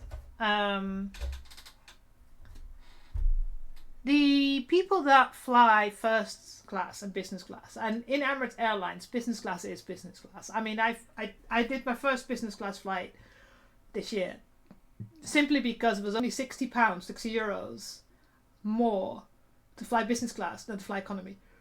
And it's like, that's worth it. I get fed, and it was a nice meal. I get drinks and everything. But we had business class customers being more rude to us than first class customers. First class customers, 9 out of 10 times, were so easy to deal with. And they would call up. We already have, if they have a membership, they usually have their credit card linked to their membership. They would say, right, I need to fly from this date to this date, from this place to this place. I want a maximum of this much time in Dubai, so no more than like 3 to 5 hours. And these are the people are flying. I'm flying, my wife's flying. And this is the CVC code, because we don't keep CVC codes. This is the CVC code for my credit card. Send me the details. And they were like, did you get everything? And I'll repeat it to them. And like, this are the passengers. This is the. I will send you the details. And if you approve, I will do it. And they would hang up, and that was it. I would organize the flights. Or if I had problems with their requested dates and stuff, I'd be like, sorry, I have to call you back. Do you want this or this because this issue? And they were the nicest people 9 or 10 times. And Emirates comes with chauffeur service. Another place we flew a lot to with Emirates is South Africa. And we had a chauffeur picking up a first class customer. And the customer didn't show up. Now, it does sometimes happen. But we knew this person, and he was on business in South Africa, and his wife and kids were back in the Netherlands. So we're like, tried to call him on his personal mobile, and got the answering machine. I was like, we've left a message saying, hi, this is Emirates Airlines, because I was one of the VIP people, because I speak Dutch without an accent. And it's like, we noticed that you didn't get into your plane, into your car for picking up your flight. Could you let us know what's going on and when do you want me to rebook your flight? He called us back the next day. He says, yeah, I broke my foot. So I was in hospital when we tried to call him. And he says, I can't fly for the next 3 weeks. I was like, oh my God, you're not going to see your wife and kids for the next 3 weeks. And stuff like that. And we were like, we had such a good relationship with that guy. We actually sent him from Emirates Airlines a get well soon card and flowers because we knew where we were staying. So it's like, those people are so nice. But then we had business customers and like, well, sorry, that combination of flights is not possible. Like, you can't. So if you're flying, you can only fly one way around the globe. Exactly. It was a really good reason, but we were worried because he flew with Emirates at least 2 to 3 times a month. So he was someone that we knew and was regular, and we knew his routine, we knew who he was. He's nice on the phone every time, always greets us. It was nice to the staff on the plane. So when something like that happens, we were like, that's unusual. What's going on? But we've had business class customers call us up wanting a particular flight, and you can't go from. So if you go from Amsterdam to Dubai, you fly this way around the globe. You can't go in one flight from Amsterdam to Dubai and then have a connecting flight in one ticket, a flight from Dubai to America. Because you go in one way and then the other way. You would have to book separate tickets. You have to book a return flight from Amsterdam, Dubai, Dubai, Amsterdam, and then a separate ticket from Dubai to America, America, and Dubai.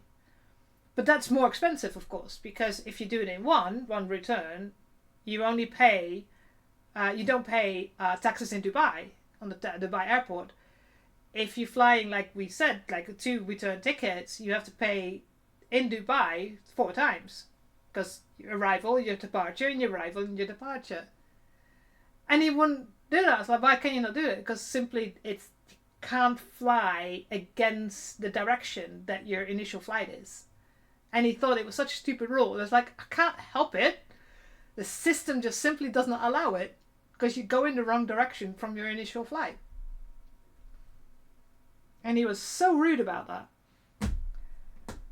I was like...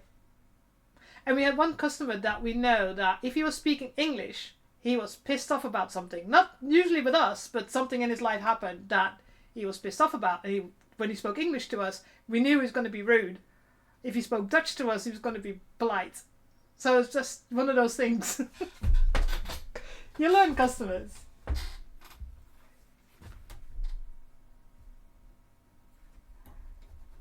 I mean, after Emirates, when I moved to Poland, I worked for customer service for Adidas. Now, I don't know if you ever saw those. They don't do them anymore. The Yeezys, the horrible, ugly shoes made by Kanye, or whatever its name now is.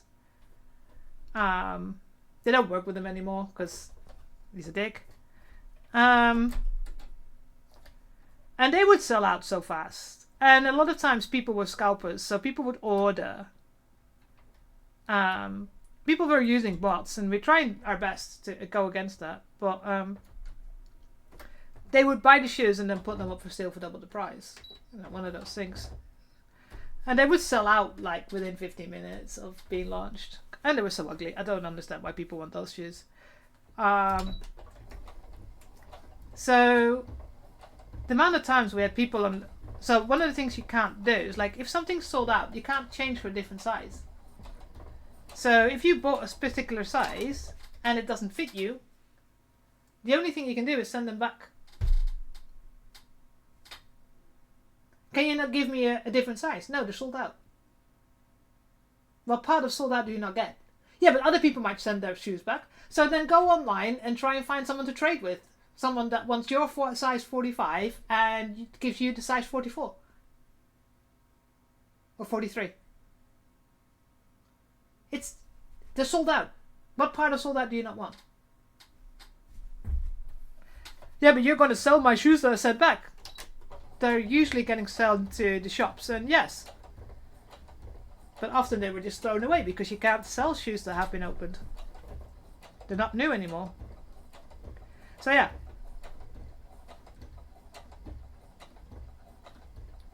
And the amount of sponsorships requests. Ugh. Hi, we're a football team. Can you sponsor us? It's like, what division are you? Division amateur. I'm like, no. Why would Adidas sponsor you?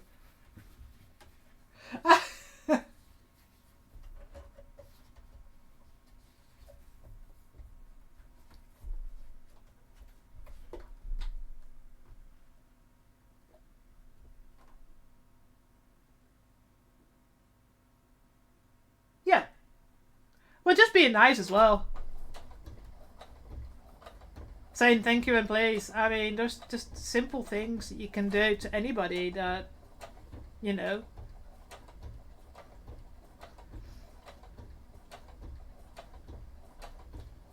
I now work for a bank, and like I said, I do all the legal shit. So anything to do with seizures, bankruptcies, death, police requests, government requests saying give us information about this person because they owe a tax. But it's often that, for instance, I had access to my mom's bank account when she was in hospital. But I knew that as soon as that, you know, I reported to the bank that she's dead, that my access was going to be blocked. And the amount of times we've had people going, unblock the account. Like, no. But we need to pay payments. Okay, if it's in the name of the person who's dead, then you can send us the invoice and we'll pay it for you. No problem. Like, no, just unblock the account. Like, not going to happen. We don't know who's going to be the heir.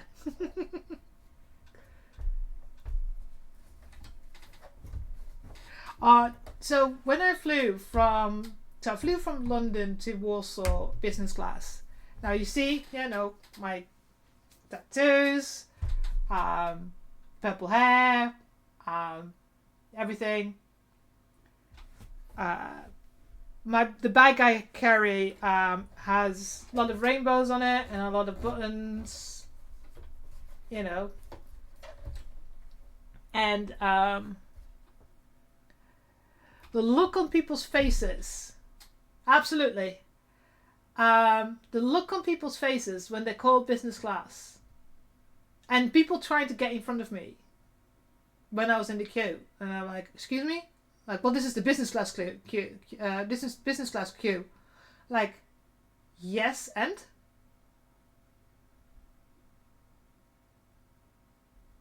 people are rude because they think that you don't fit in a particular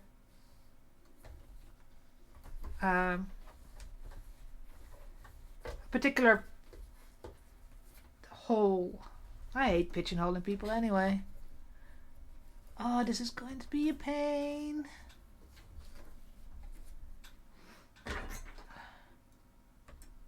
Will you please turn with me?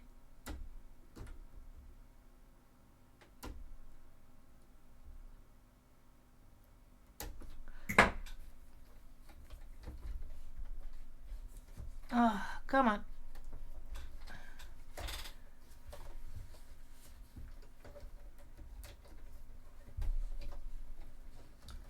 Right, can I put you there? And can I... No, that's going to go wrong. Okay. Can I... How can I do this? Like that one moves that way.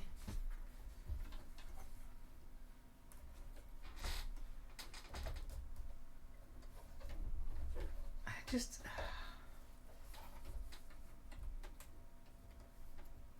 yeah, exactly. And I said this to people before.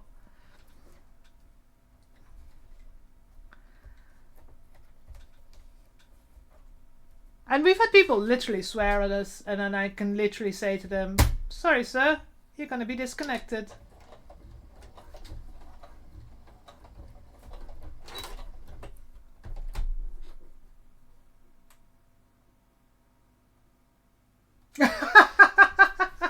I don't have swear words that blocked, so I've got that on low because that's annoying. Hopefully this doesn't get stuck.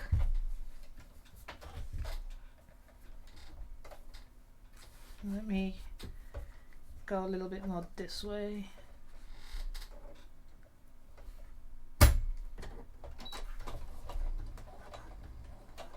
Ah, it's going out. Really? Ah, okay. Yeah, I've got it on semi-moderated, I think. Ah, this is going to be a pain.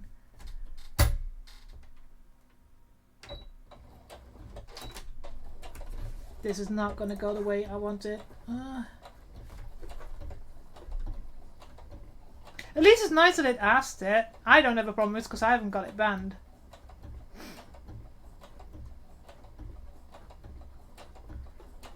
I think that's the Dutch in me.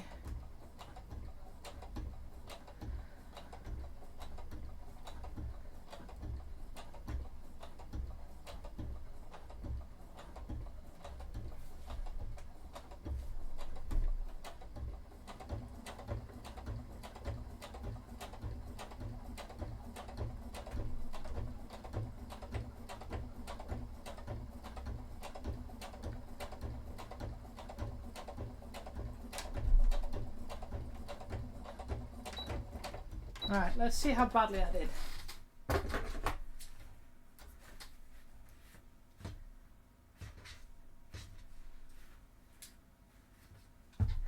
Then again, I mean, I've lived in the UK for so long. That cunt is just one of those words. Oh no, that's fucked. Ah, shit. I thought it was going to be. It's a bit of a mess in the middle. That part is so hard in between the fingers. I did it right here. Why is it not working there? Ah.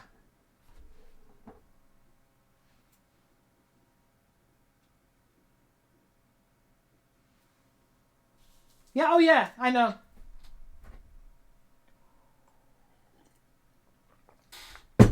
I think in general, Europeans have less of a problem with swearing.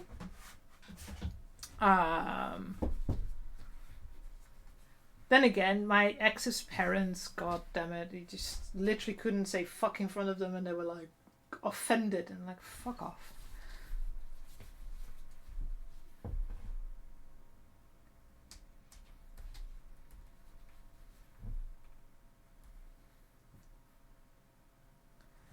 There's more important things to be offended about. Like when they're saying, oh, they're not racist, okay, but they can use the word Paki. Fucking assholes.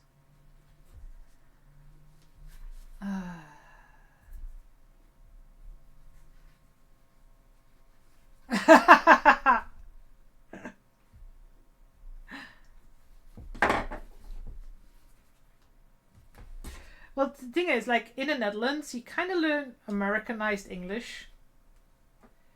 And when I moved to the UK, I don't know if I told this story before. I was in the Midlands, which is it's quite a strong accent. And I walked outside.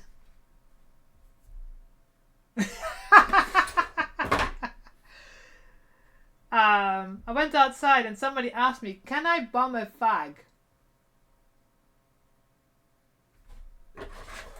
My brain was like, what? Of course it means can I borrow a cigarette, but back then I was like, the fuck are you talking about?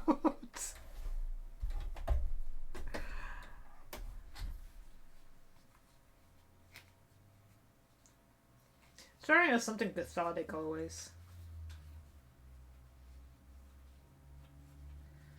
Can I get this to go the way I want it?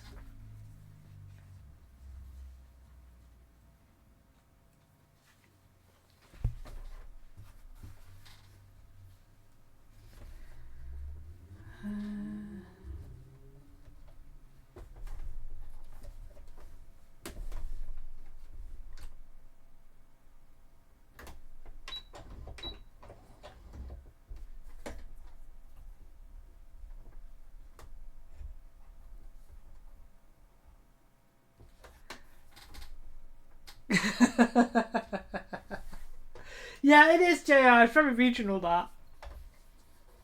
Birmingham is such a... The Midlands is such a interesting area in that respect.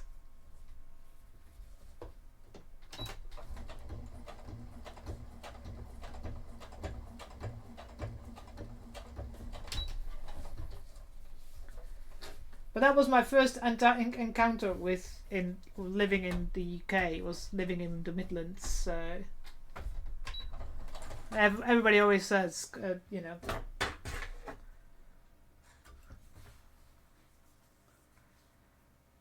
condolences that that's your first experience of the UK.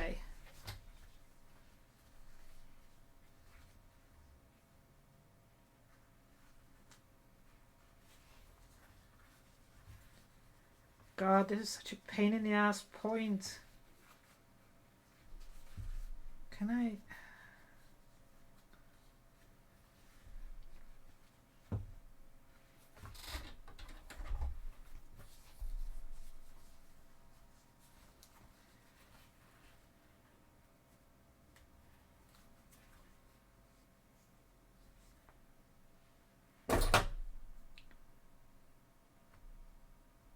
This is taking me a lot longer than the other one, I think. Then again, I'm talking more as well.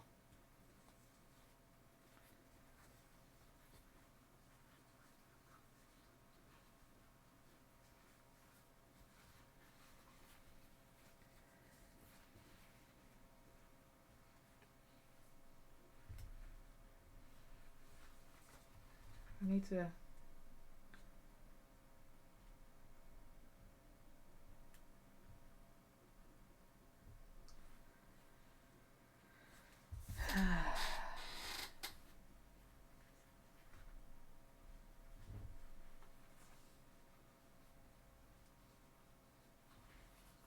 Such a fucking difficult point.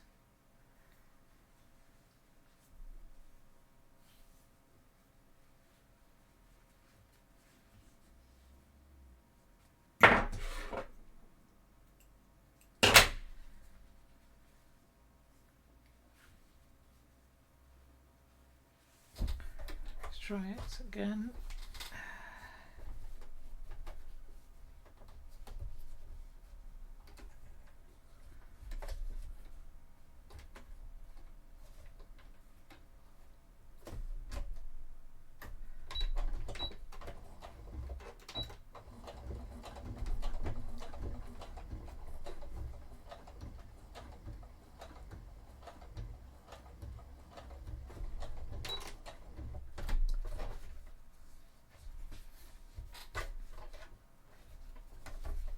You go that way. Ah. Fight!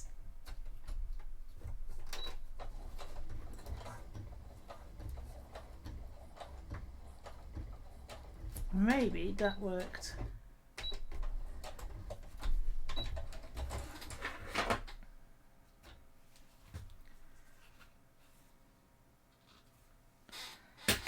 Have you? Yes. Yes. That's good.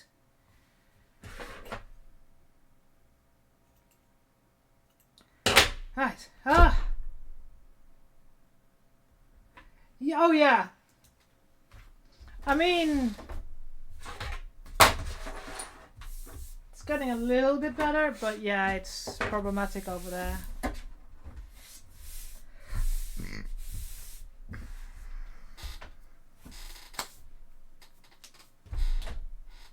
I think Korea is better than, only South Korea, than Japan.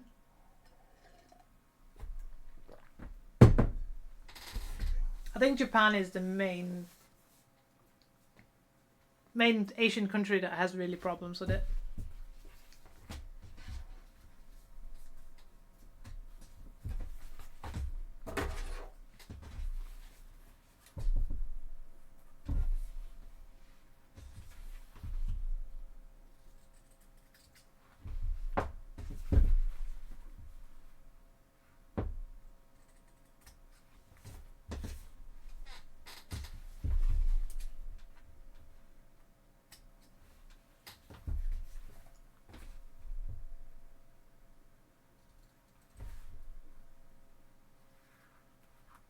I knew getting my forearms tattooed, especially this one on my hand, this little snake, could be problematic in some countries. But after God knows how many years of just hiding, I was like, kind of like having something.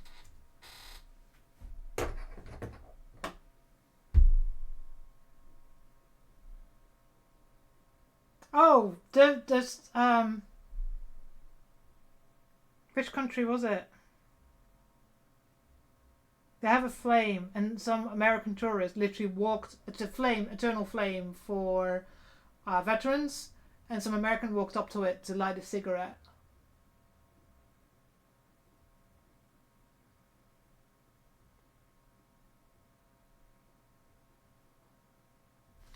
So yeah.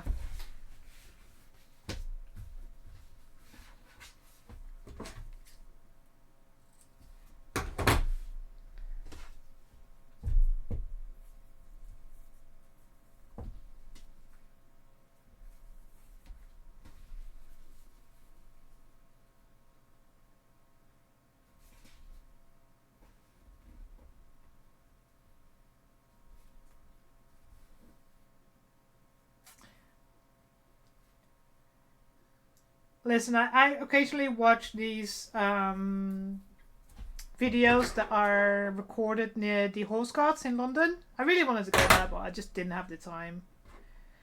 And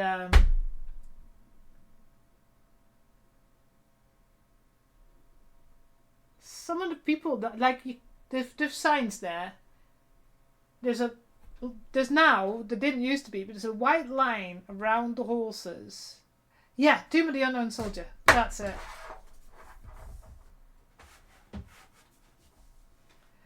There's a white line around where the horses are, because it's a soldier on a horse in ceremonial outfit. But they're real soldiers.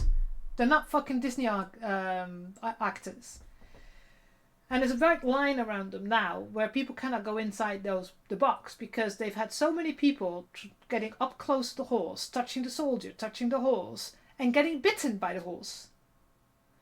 That in the end they're just like, fuck it, you can all stay outside the lines. And the amount of people still that just do not pay attention.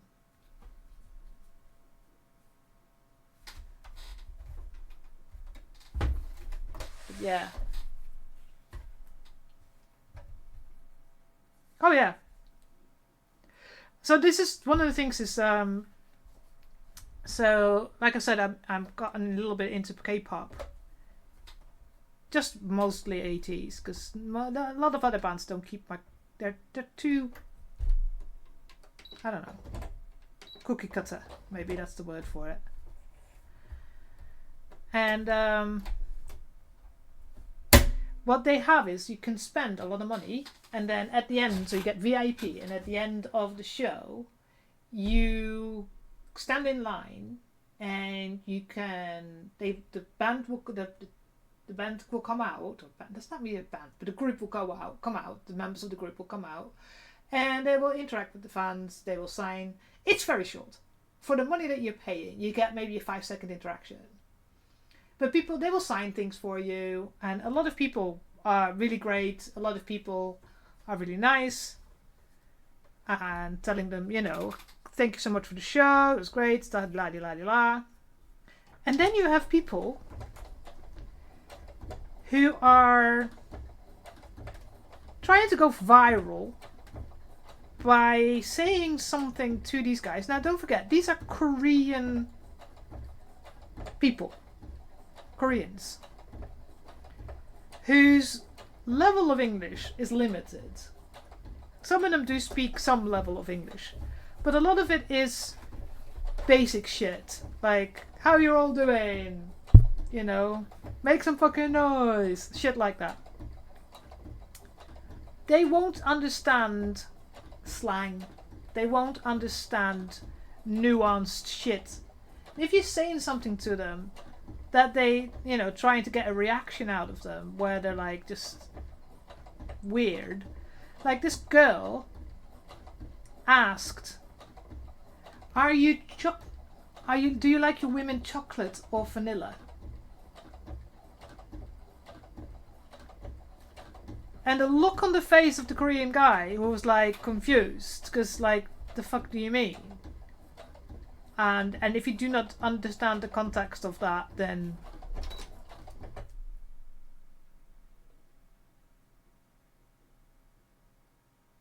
exactly.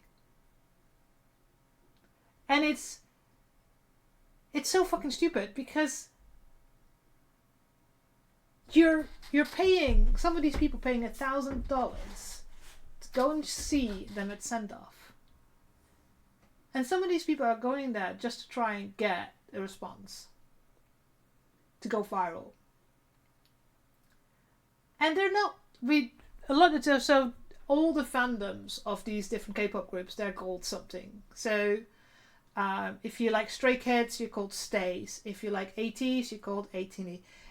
Exactly. It makes no sense because you see their faces go like not understanding the context, and it's like you're embarrassing yourself.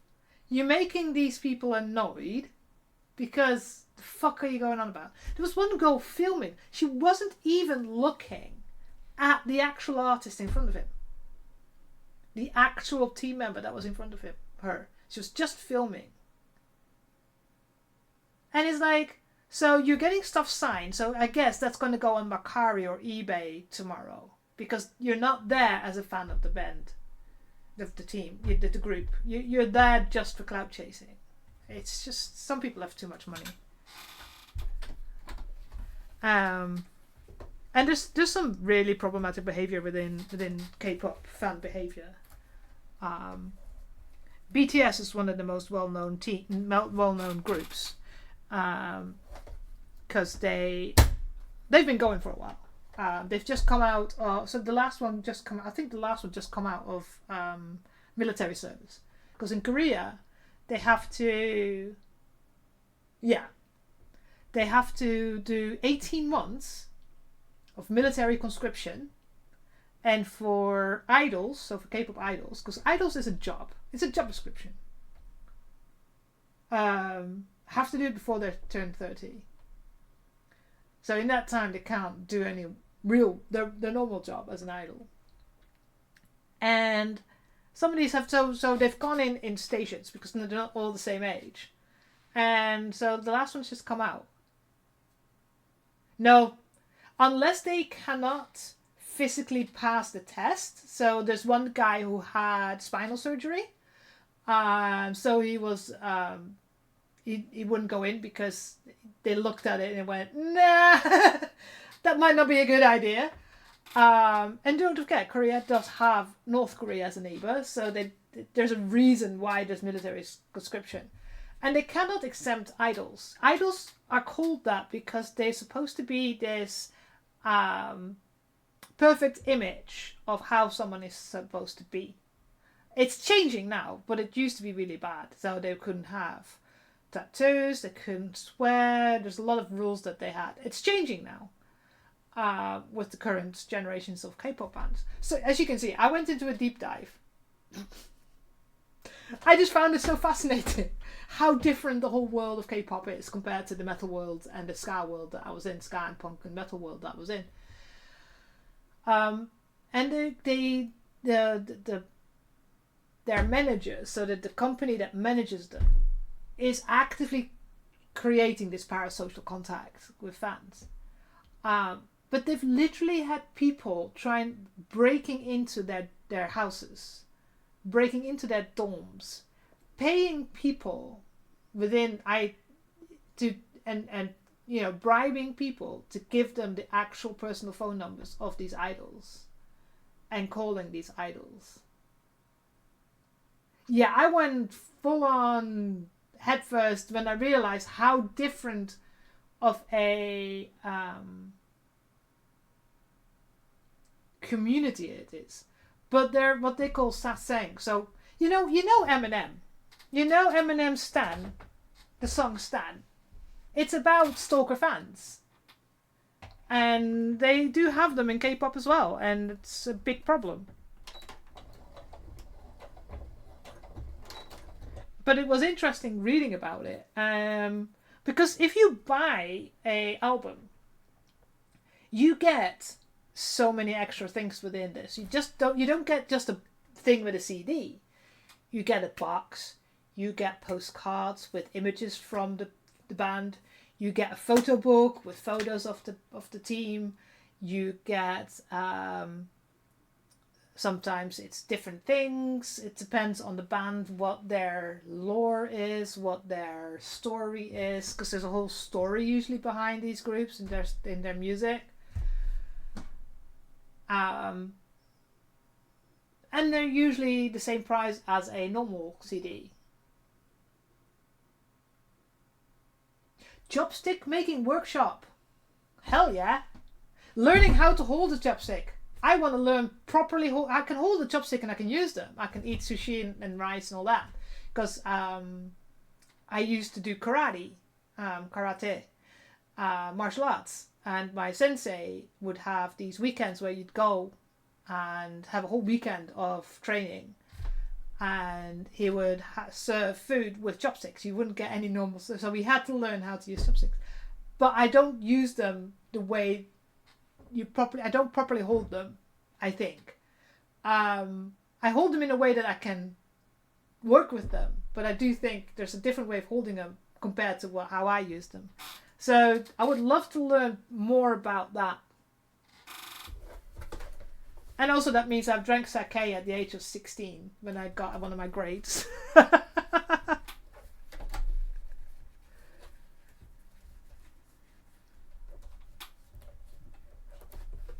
Which is an experience.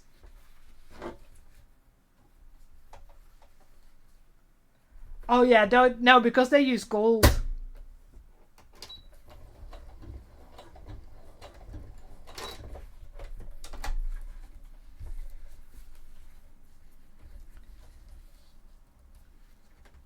I think there's also places where you can rent a kimono, because I know someone that is also a big fan of Japan and he goes there regularly and with his wife or girlfriend, one of those.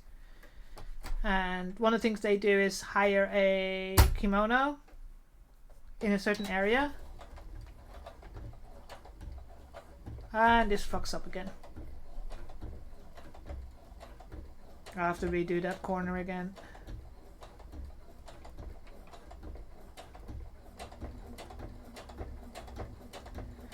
Well, Japan is built on Americans, so I'm pretty sure they can.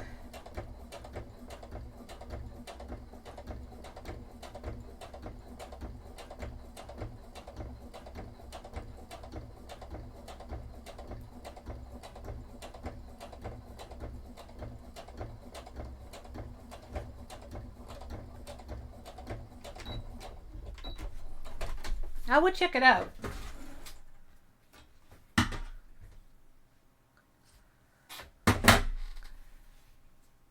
Because they're usually in places where you can take really nice pictures as well.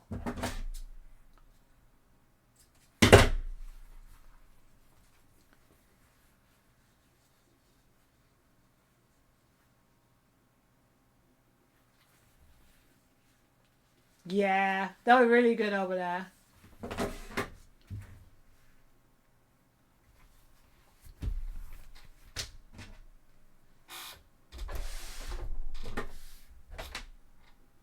Just make sure you don't put them in your hand luggage. Make sure you put them in your checked luggage.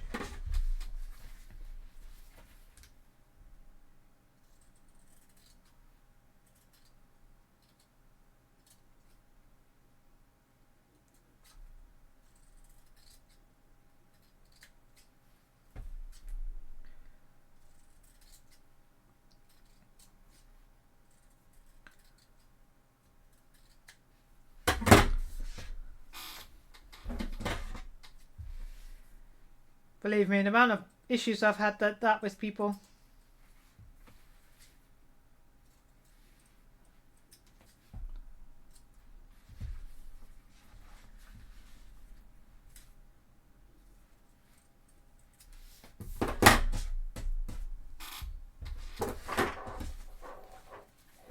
Right, I can't do this yet because I have to do the bottom part. Yeah, you Australia got pretty strict rules regarding, and also I think,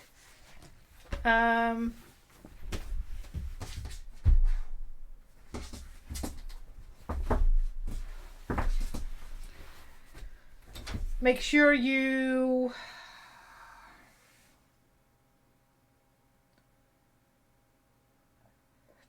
I think you have to make sure that you tell them that you have them in your luggage.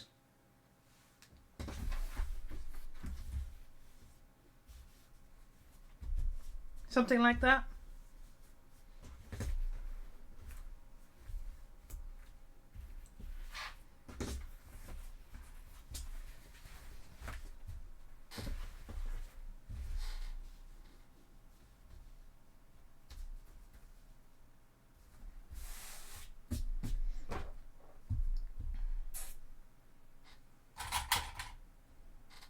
I know Australia's got quite a few rules because I remember so many times I've had issues with customers being refused entry in Dubai, in Australia or New Zealand because they brought something that they shouldn't have. And we're very clear on that when people travel there. We were always like, make sure that you do not do this X, Y, Z.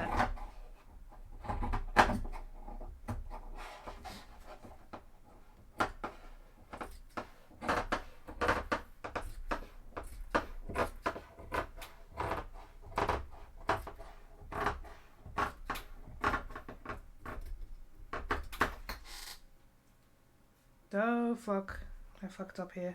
God damn it. Should have put both in, shouldn't I? God damn it.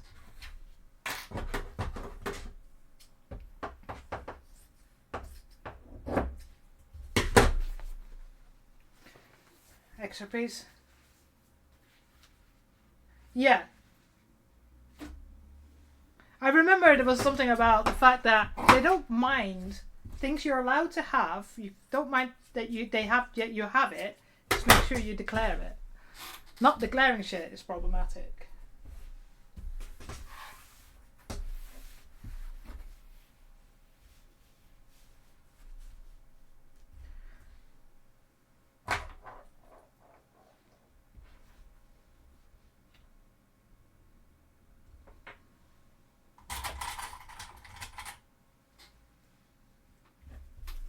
Especially about food, because I've watched, you know, the border control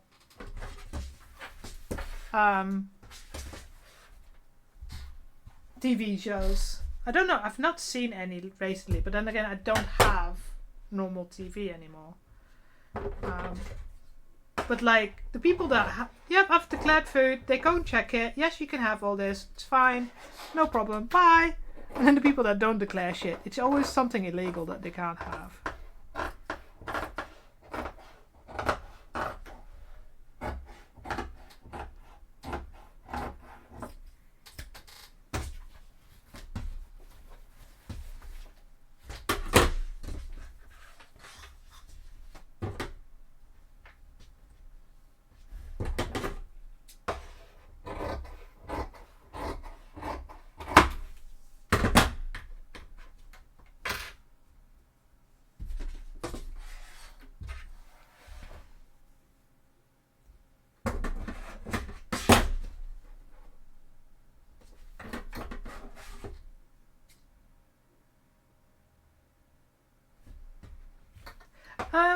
No, you can't bring any plants, seeds. You can bring certain foods. Plants, absolutely not, no. I mean, I think there's even rules like that for the UK.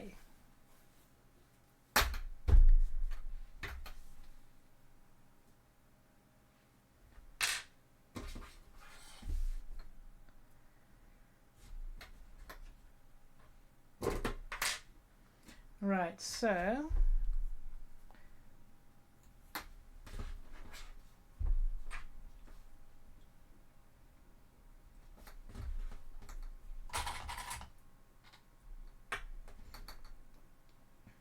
wasn't there some celebrity that got fined because he forgot to throw away or a sandwich or something like that?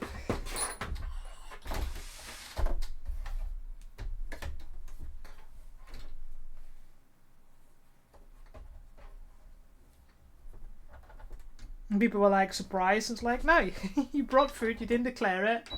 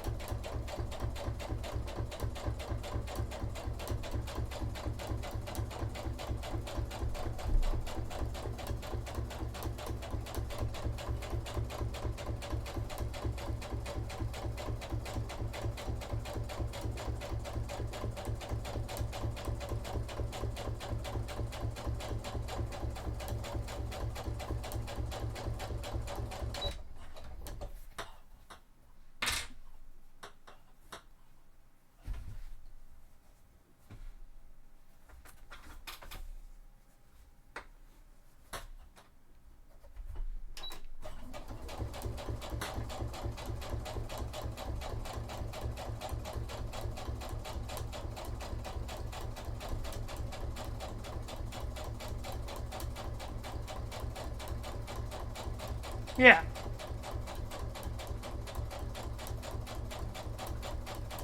That's the best way to do it. Oh, I got a great story about that. So, when I was still in the army, I went to visit 1998. I went to visit a friend in America. And in America, I bought a little trinket tray, a round trinket tray, or round-ish trinket tray, with a dragon with wings on top.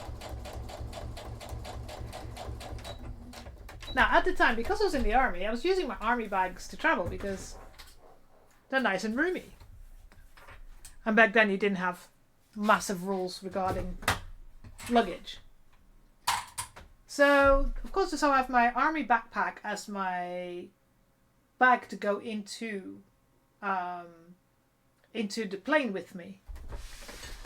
So I put it in there because I was like, I didn't want to break in my other luggage. Even though it was metal, it's like, it's not going to break. So I was like, nah, be sure, I'll put it in there. And so I went through customs, and the TSA agent was like, checking my bag. Can I check your bag? I said, absolutely. I have nothing to hide. But I have a Dutch nationality. So I have always got a feeling that people, especially back then when weed was like highly illegal in the US. I was Dutch, so I was like, yeah, you can check, no problem. It's one of the reasons I always get drugs tested as well when I go through the Warsaw airport. Yeah, exactly. It's like, well, no, in Warsaw it's usually because of the way I look, and they just assume that you use drugs. And she looked at it, took a few things out, and then put it through the X-ray again. No, still not happy. Going through it, like doing it again, removing some things, and then putting it through again. It's like, and I said to her, I said, if you tell me what you're looking for, I might be able to see what you might see. I might be able to guess what you might see. And she's like, well, it looks like a hand grenade.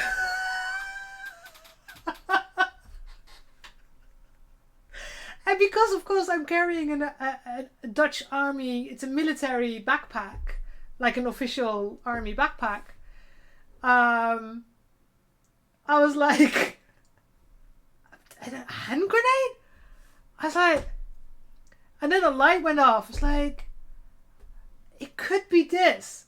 So I took out, because it was in one of the side pockets, I took out the little metal it was a trinket box. So I took it out, unwrapped it all, and showed her. I said, "This is round, and the wings must look like the handle." And she's like, "Well, let's see." And she put it through again through the X-ray. So yeah, that's what it was.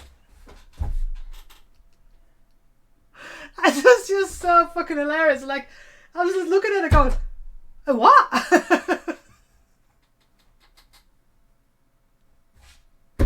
But because the base was round and the wings stick out like on a curve, the angle that it was in, it was round with a curved ending.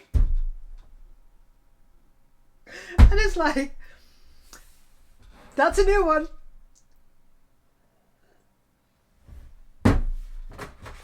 Yeah, that was fucking hilarious.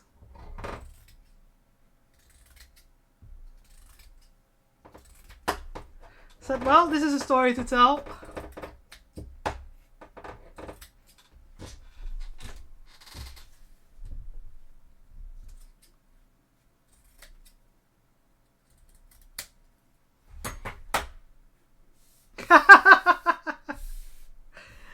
It was just so hilarious.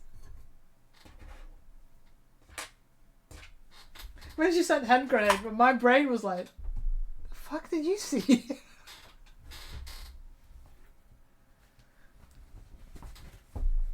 Right.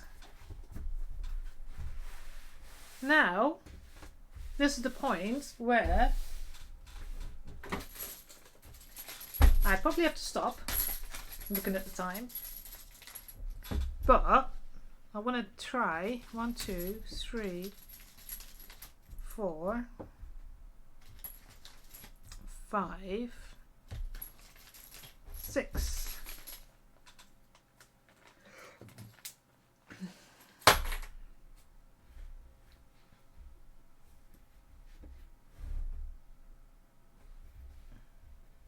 Yes! The ones I got are like nickel coated.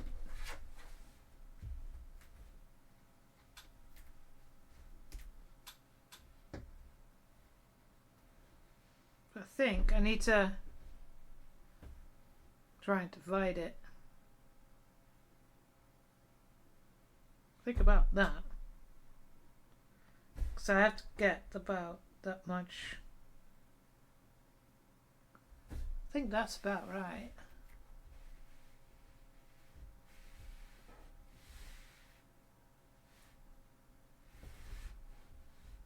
So that's 3.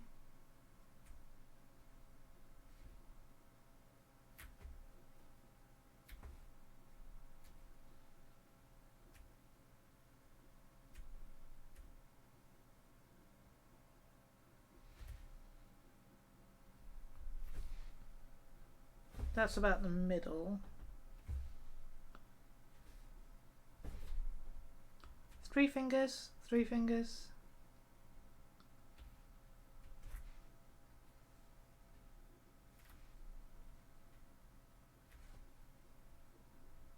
Excellent measurement ways. Right, that's about right. Because then, yeah, because there's going to be a seam here still. But that's about right. I need to put them all the way down there. Like going up here.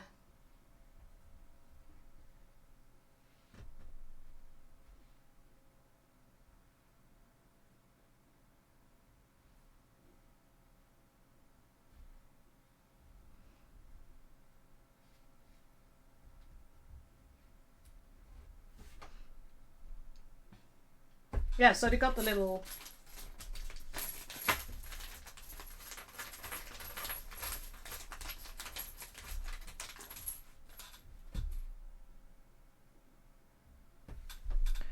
tiny little screw.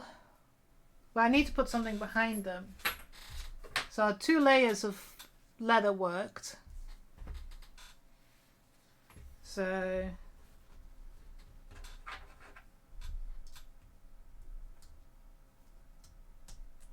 Or I can get some stiff interfacing. That might work as well.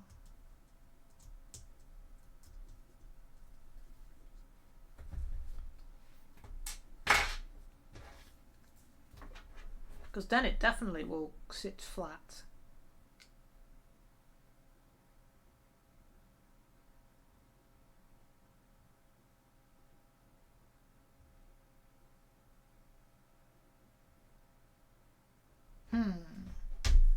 Give me 2 seconds. I've no idea where it might be. But yeah, actually, what I'll do is I'll prepare all that for tomorrow, to next week. Because what I think I'm going to do... Yeah, so I have interfacing that's a little bit stiffer than the one I use here. It's sort of a buckram type stuff. And I use that for bags on feet. So I put square and then the feet for the bags on it. And I think if I get that, make a circle the same size as this, or maybe tiny bit bigger, and then put a piece of leather between that and that, I think that would work perfectly well. But I have to find it. It's in one of my containers. And the washer might also be quite heavy. Actually...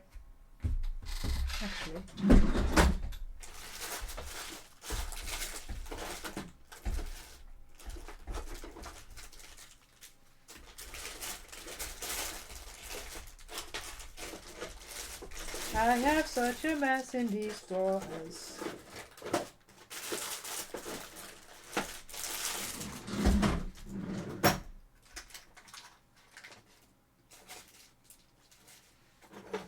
I really do. Yeah, I'll have to search for that. But I have some material that I think if I make a circle, just a tiny bit. Yeah, I clean up so often, and it's like, so if I make, that's quite a stiff interfacing, and if I make a circle just slightly bigger than this one, so it sits on top of that, and then a piece of leather, so it doesn't go through it, and I think that will hold them quite well and be nice and light as well. Because don't forget, if you 6 metal washers, it's like so that might be a solution. And then we can do that, attach it to this, and then sew everything closed. And then we're done. And then, we need to take this one apart. And we need to prepare some bias binding so I can bind off. So the inside of this glove, this seam, is ugly as fuck. So what I'm going to do is put some bias binding around it, so it just covers it. But we need to take it apart still to put the washers in. But then we're done. We're done with the gloves. I can't believe it. 1 more week and we should be done.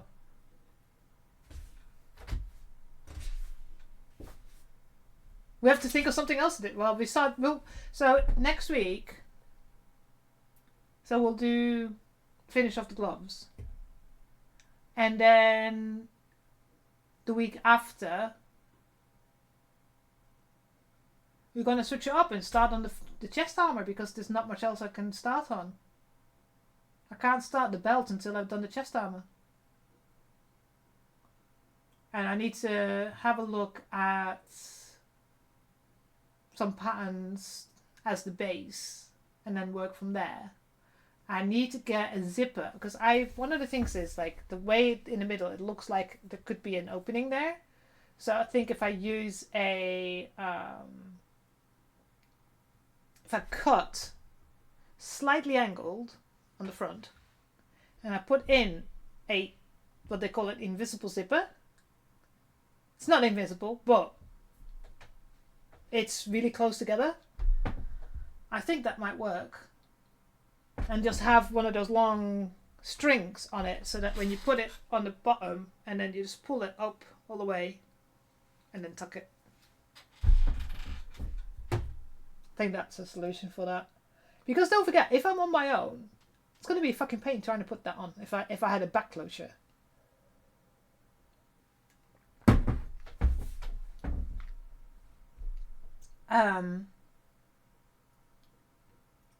And it will have to have some Warbler reinforcement.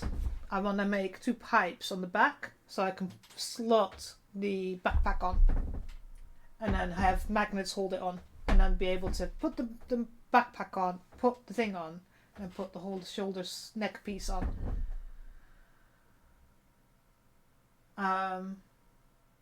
So yeah, we're getting there. I need to finish off some of the other things that I still haven't finished.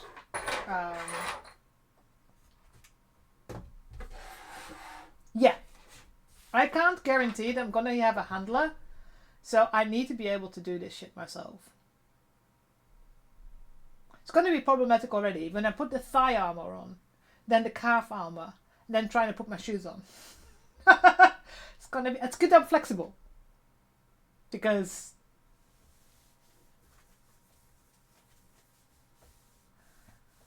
at least it's not fucking heels. So, but yeah, that means soon I'm going to mix sewing and foam crafting. Oh, that's going to be a mess on this desk. But yeah. Anyways.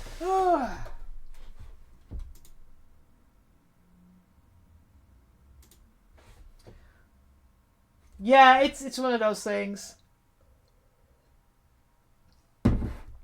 If you have a helper, they can help you put your shoes on. They can help you put the stuff on.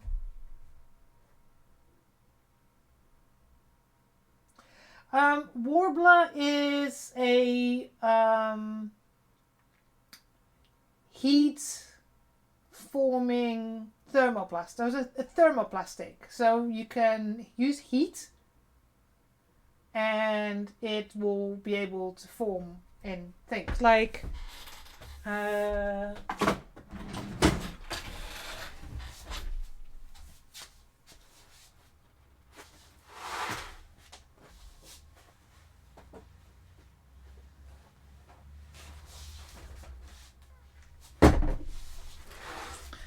So if you have something that needs to hold its shape, like armor.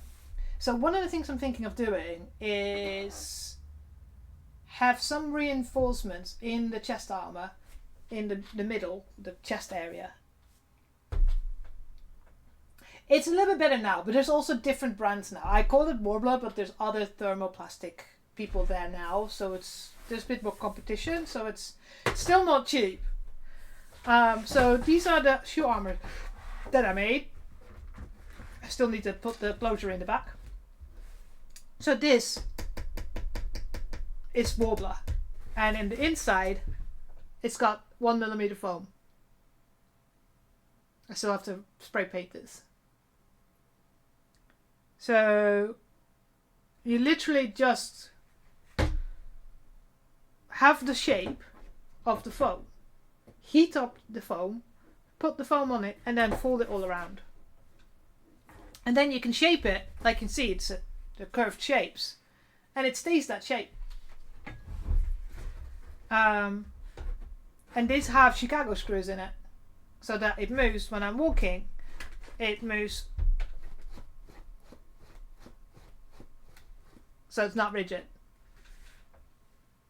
But I need to do a couple of small things on this, on the inside, to get like some of the Warbler flatter. I need to fix this hole because I heat it up and I had screws in, so it's got stuck together. And there's a couple of bubbles here that I need to smooth out. It's just, you know, one of those things that you need to do, and it's like, yeah, I need to sit down and do this. But also the next thing is more interesting. So yeah, there's a couple of things I still need to fix on that. But that's Warbler. But there's other thermoplastic out there. There's a couple of cosplay shops out down south in Australia, if you want to check them out. So, and I missed half my mouth there. Nice. Anyways, it is time to look for someone to read. Oh yeah, it's gone down a lot. Also because there's more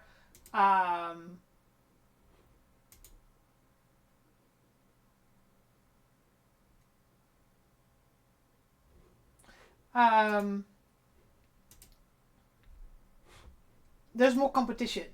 So there's others that started doing it.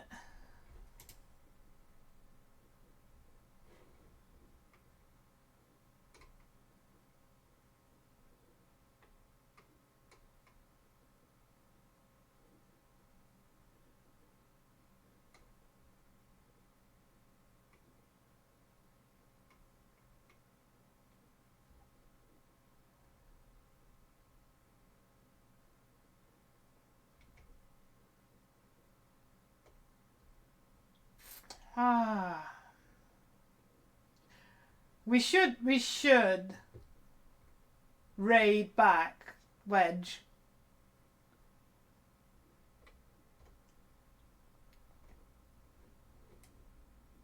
But let's see if there's any.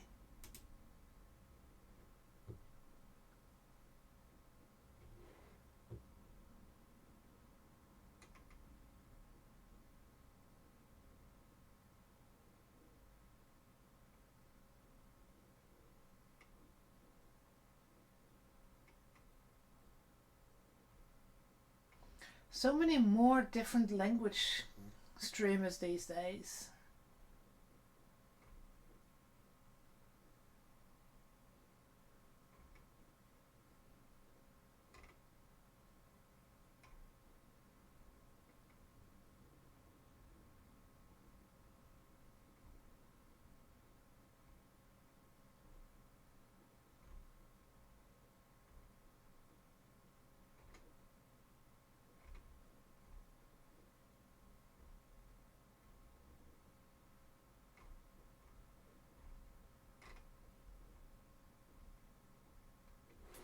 Yeah, let's be simple because I'm looking at the time as well. So let's go this way, this way.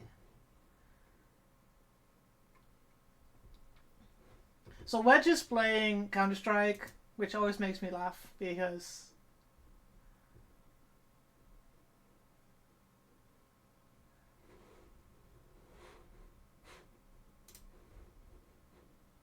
it's such a toxic community, I find. Stop the music so I can actually talk. So, yes, it's always good for customers in this competition. So I'm going to raid Wedge. Wedge is a friend of mine. I've known him for several years. He's Scottish, and you'll hear it as well when you raid him. He's playing Counter-Strike. He's not great at it, so it's always funny to watch. But he's a lovely lad. So give him your love. Henrik knows him because he's from our same PlanetSide team. Although he's not playing that much PlanetSide anymore with us. So I'll go say hi to. I need to make a raid command. It's on my list of things to do as well. So feel free to say that the asylum's been let loose, because that's the slogan I was going to go with, because JR came up with it and I love that. So say hi to him, and I will see you all on Wednesday again when we're continuing with the Artillery Witch. So have a good weekend. Stay safe, as always, especially with the weather we've been having. And I hope you all have a good rest of the weekend. Okay, my mouth's I'll get it out. See you later. Oh, was someone else? Oh, I don't know who it was then, but I thought that was so funny. So I will see you all later. Have a good weekend.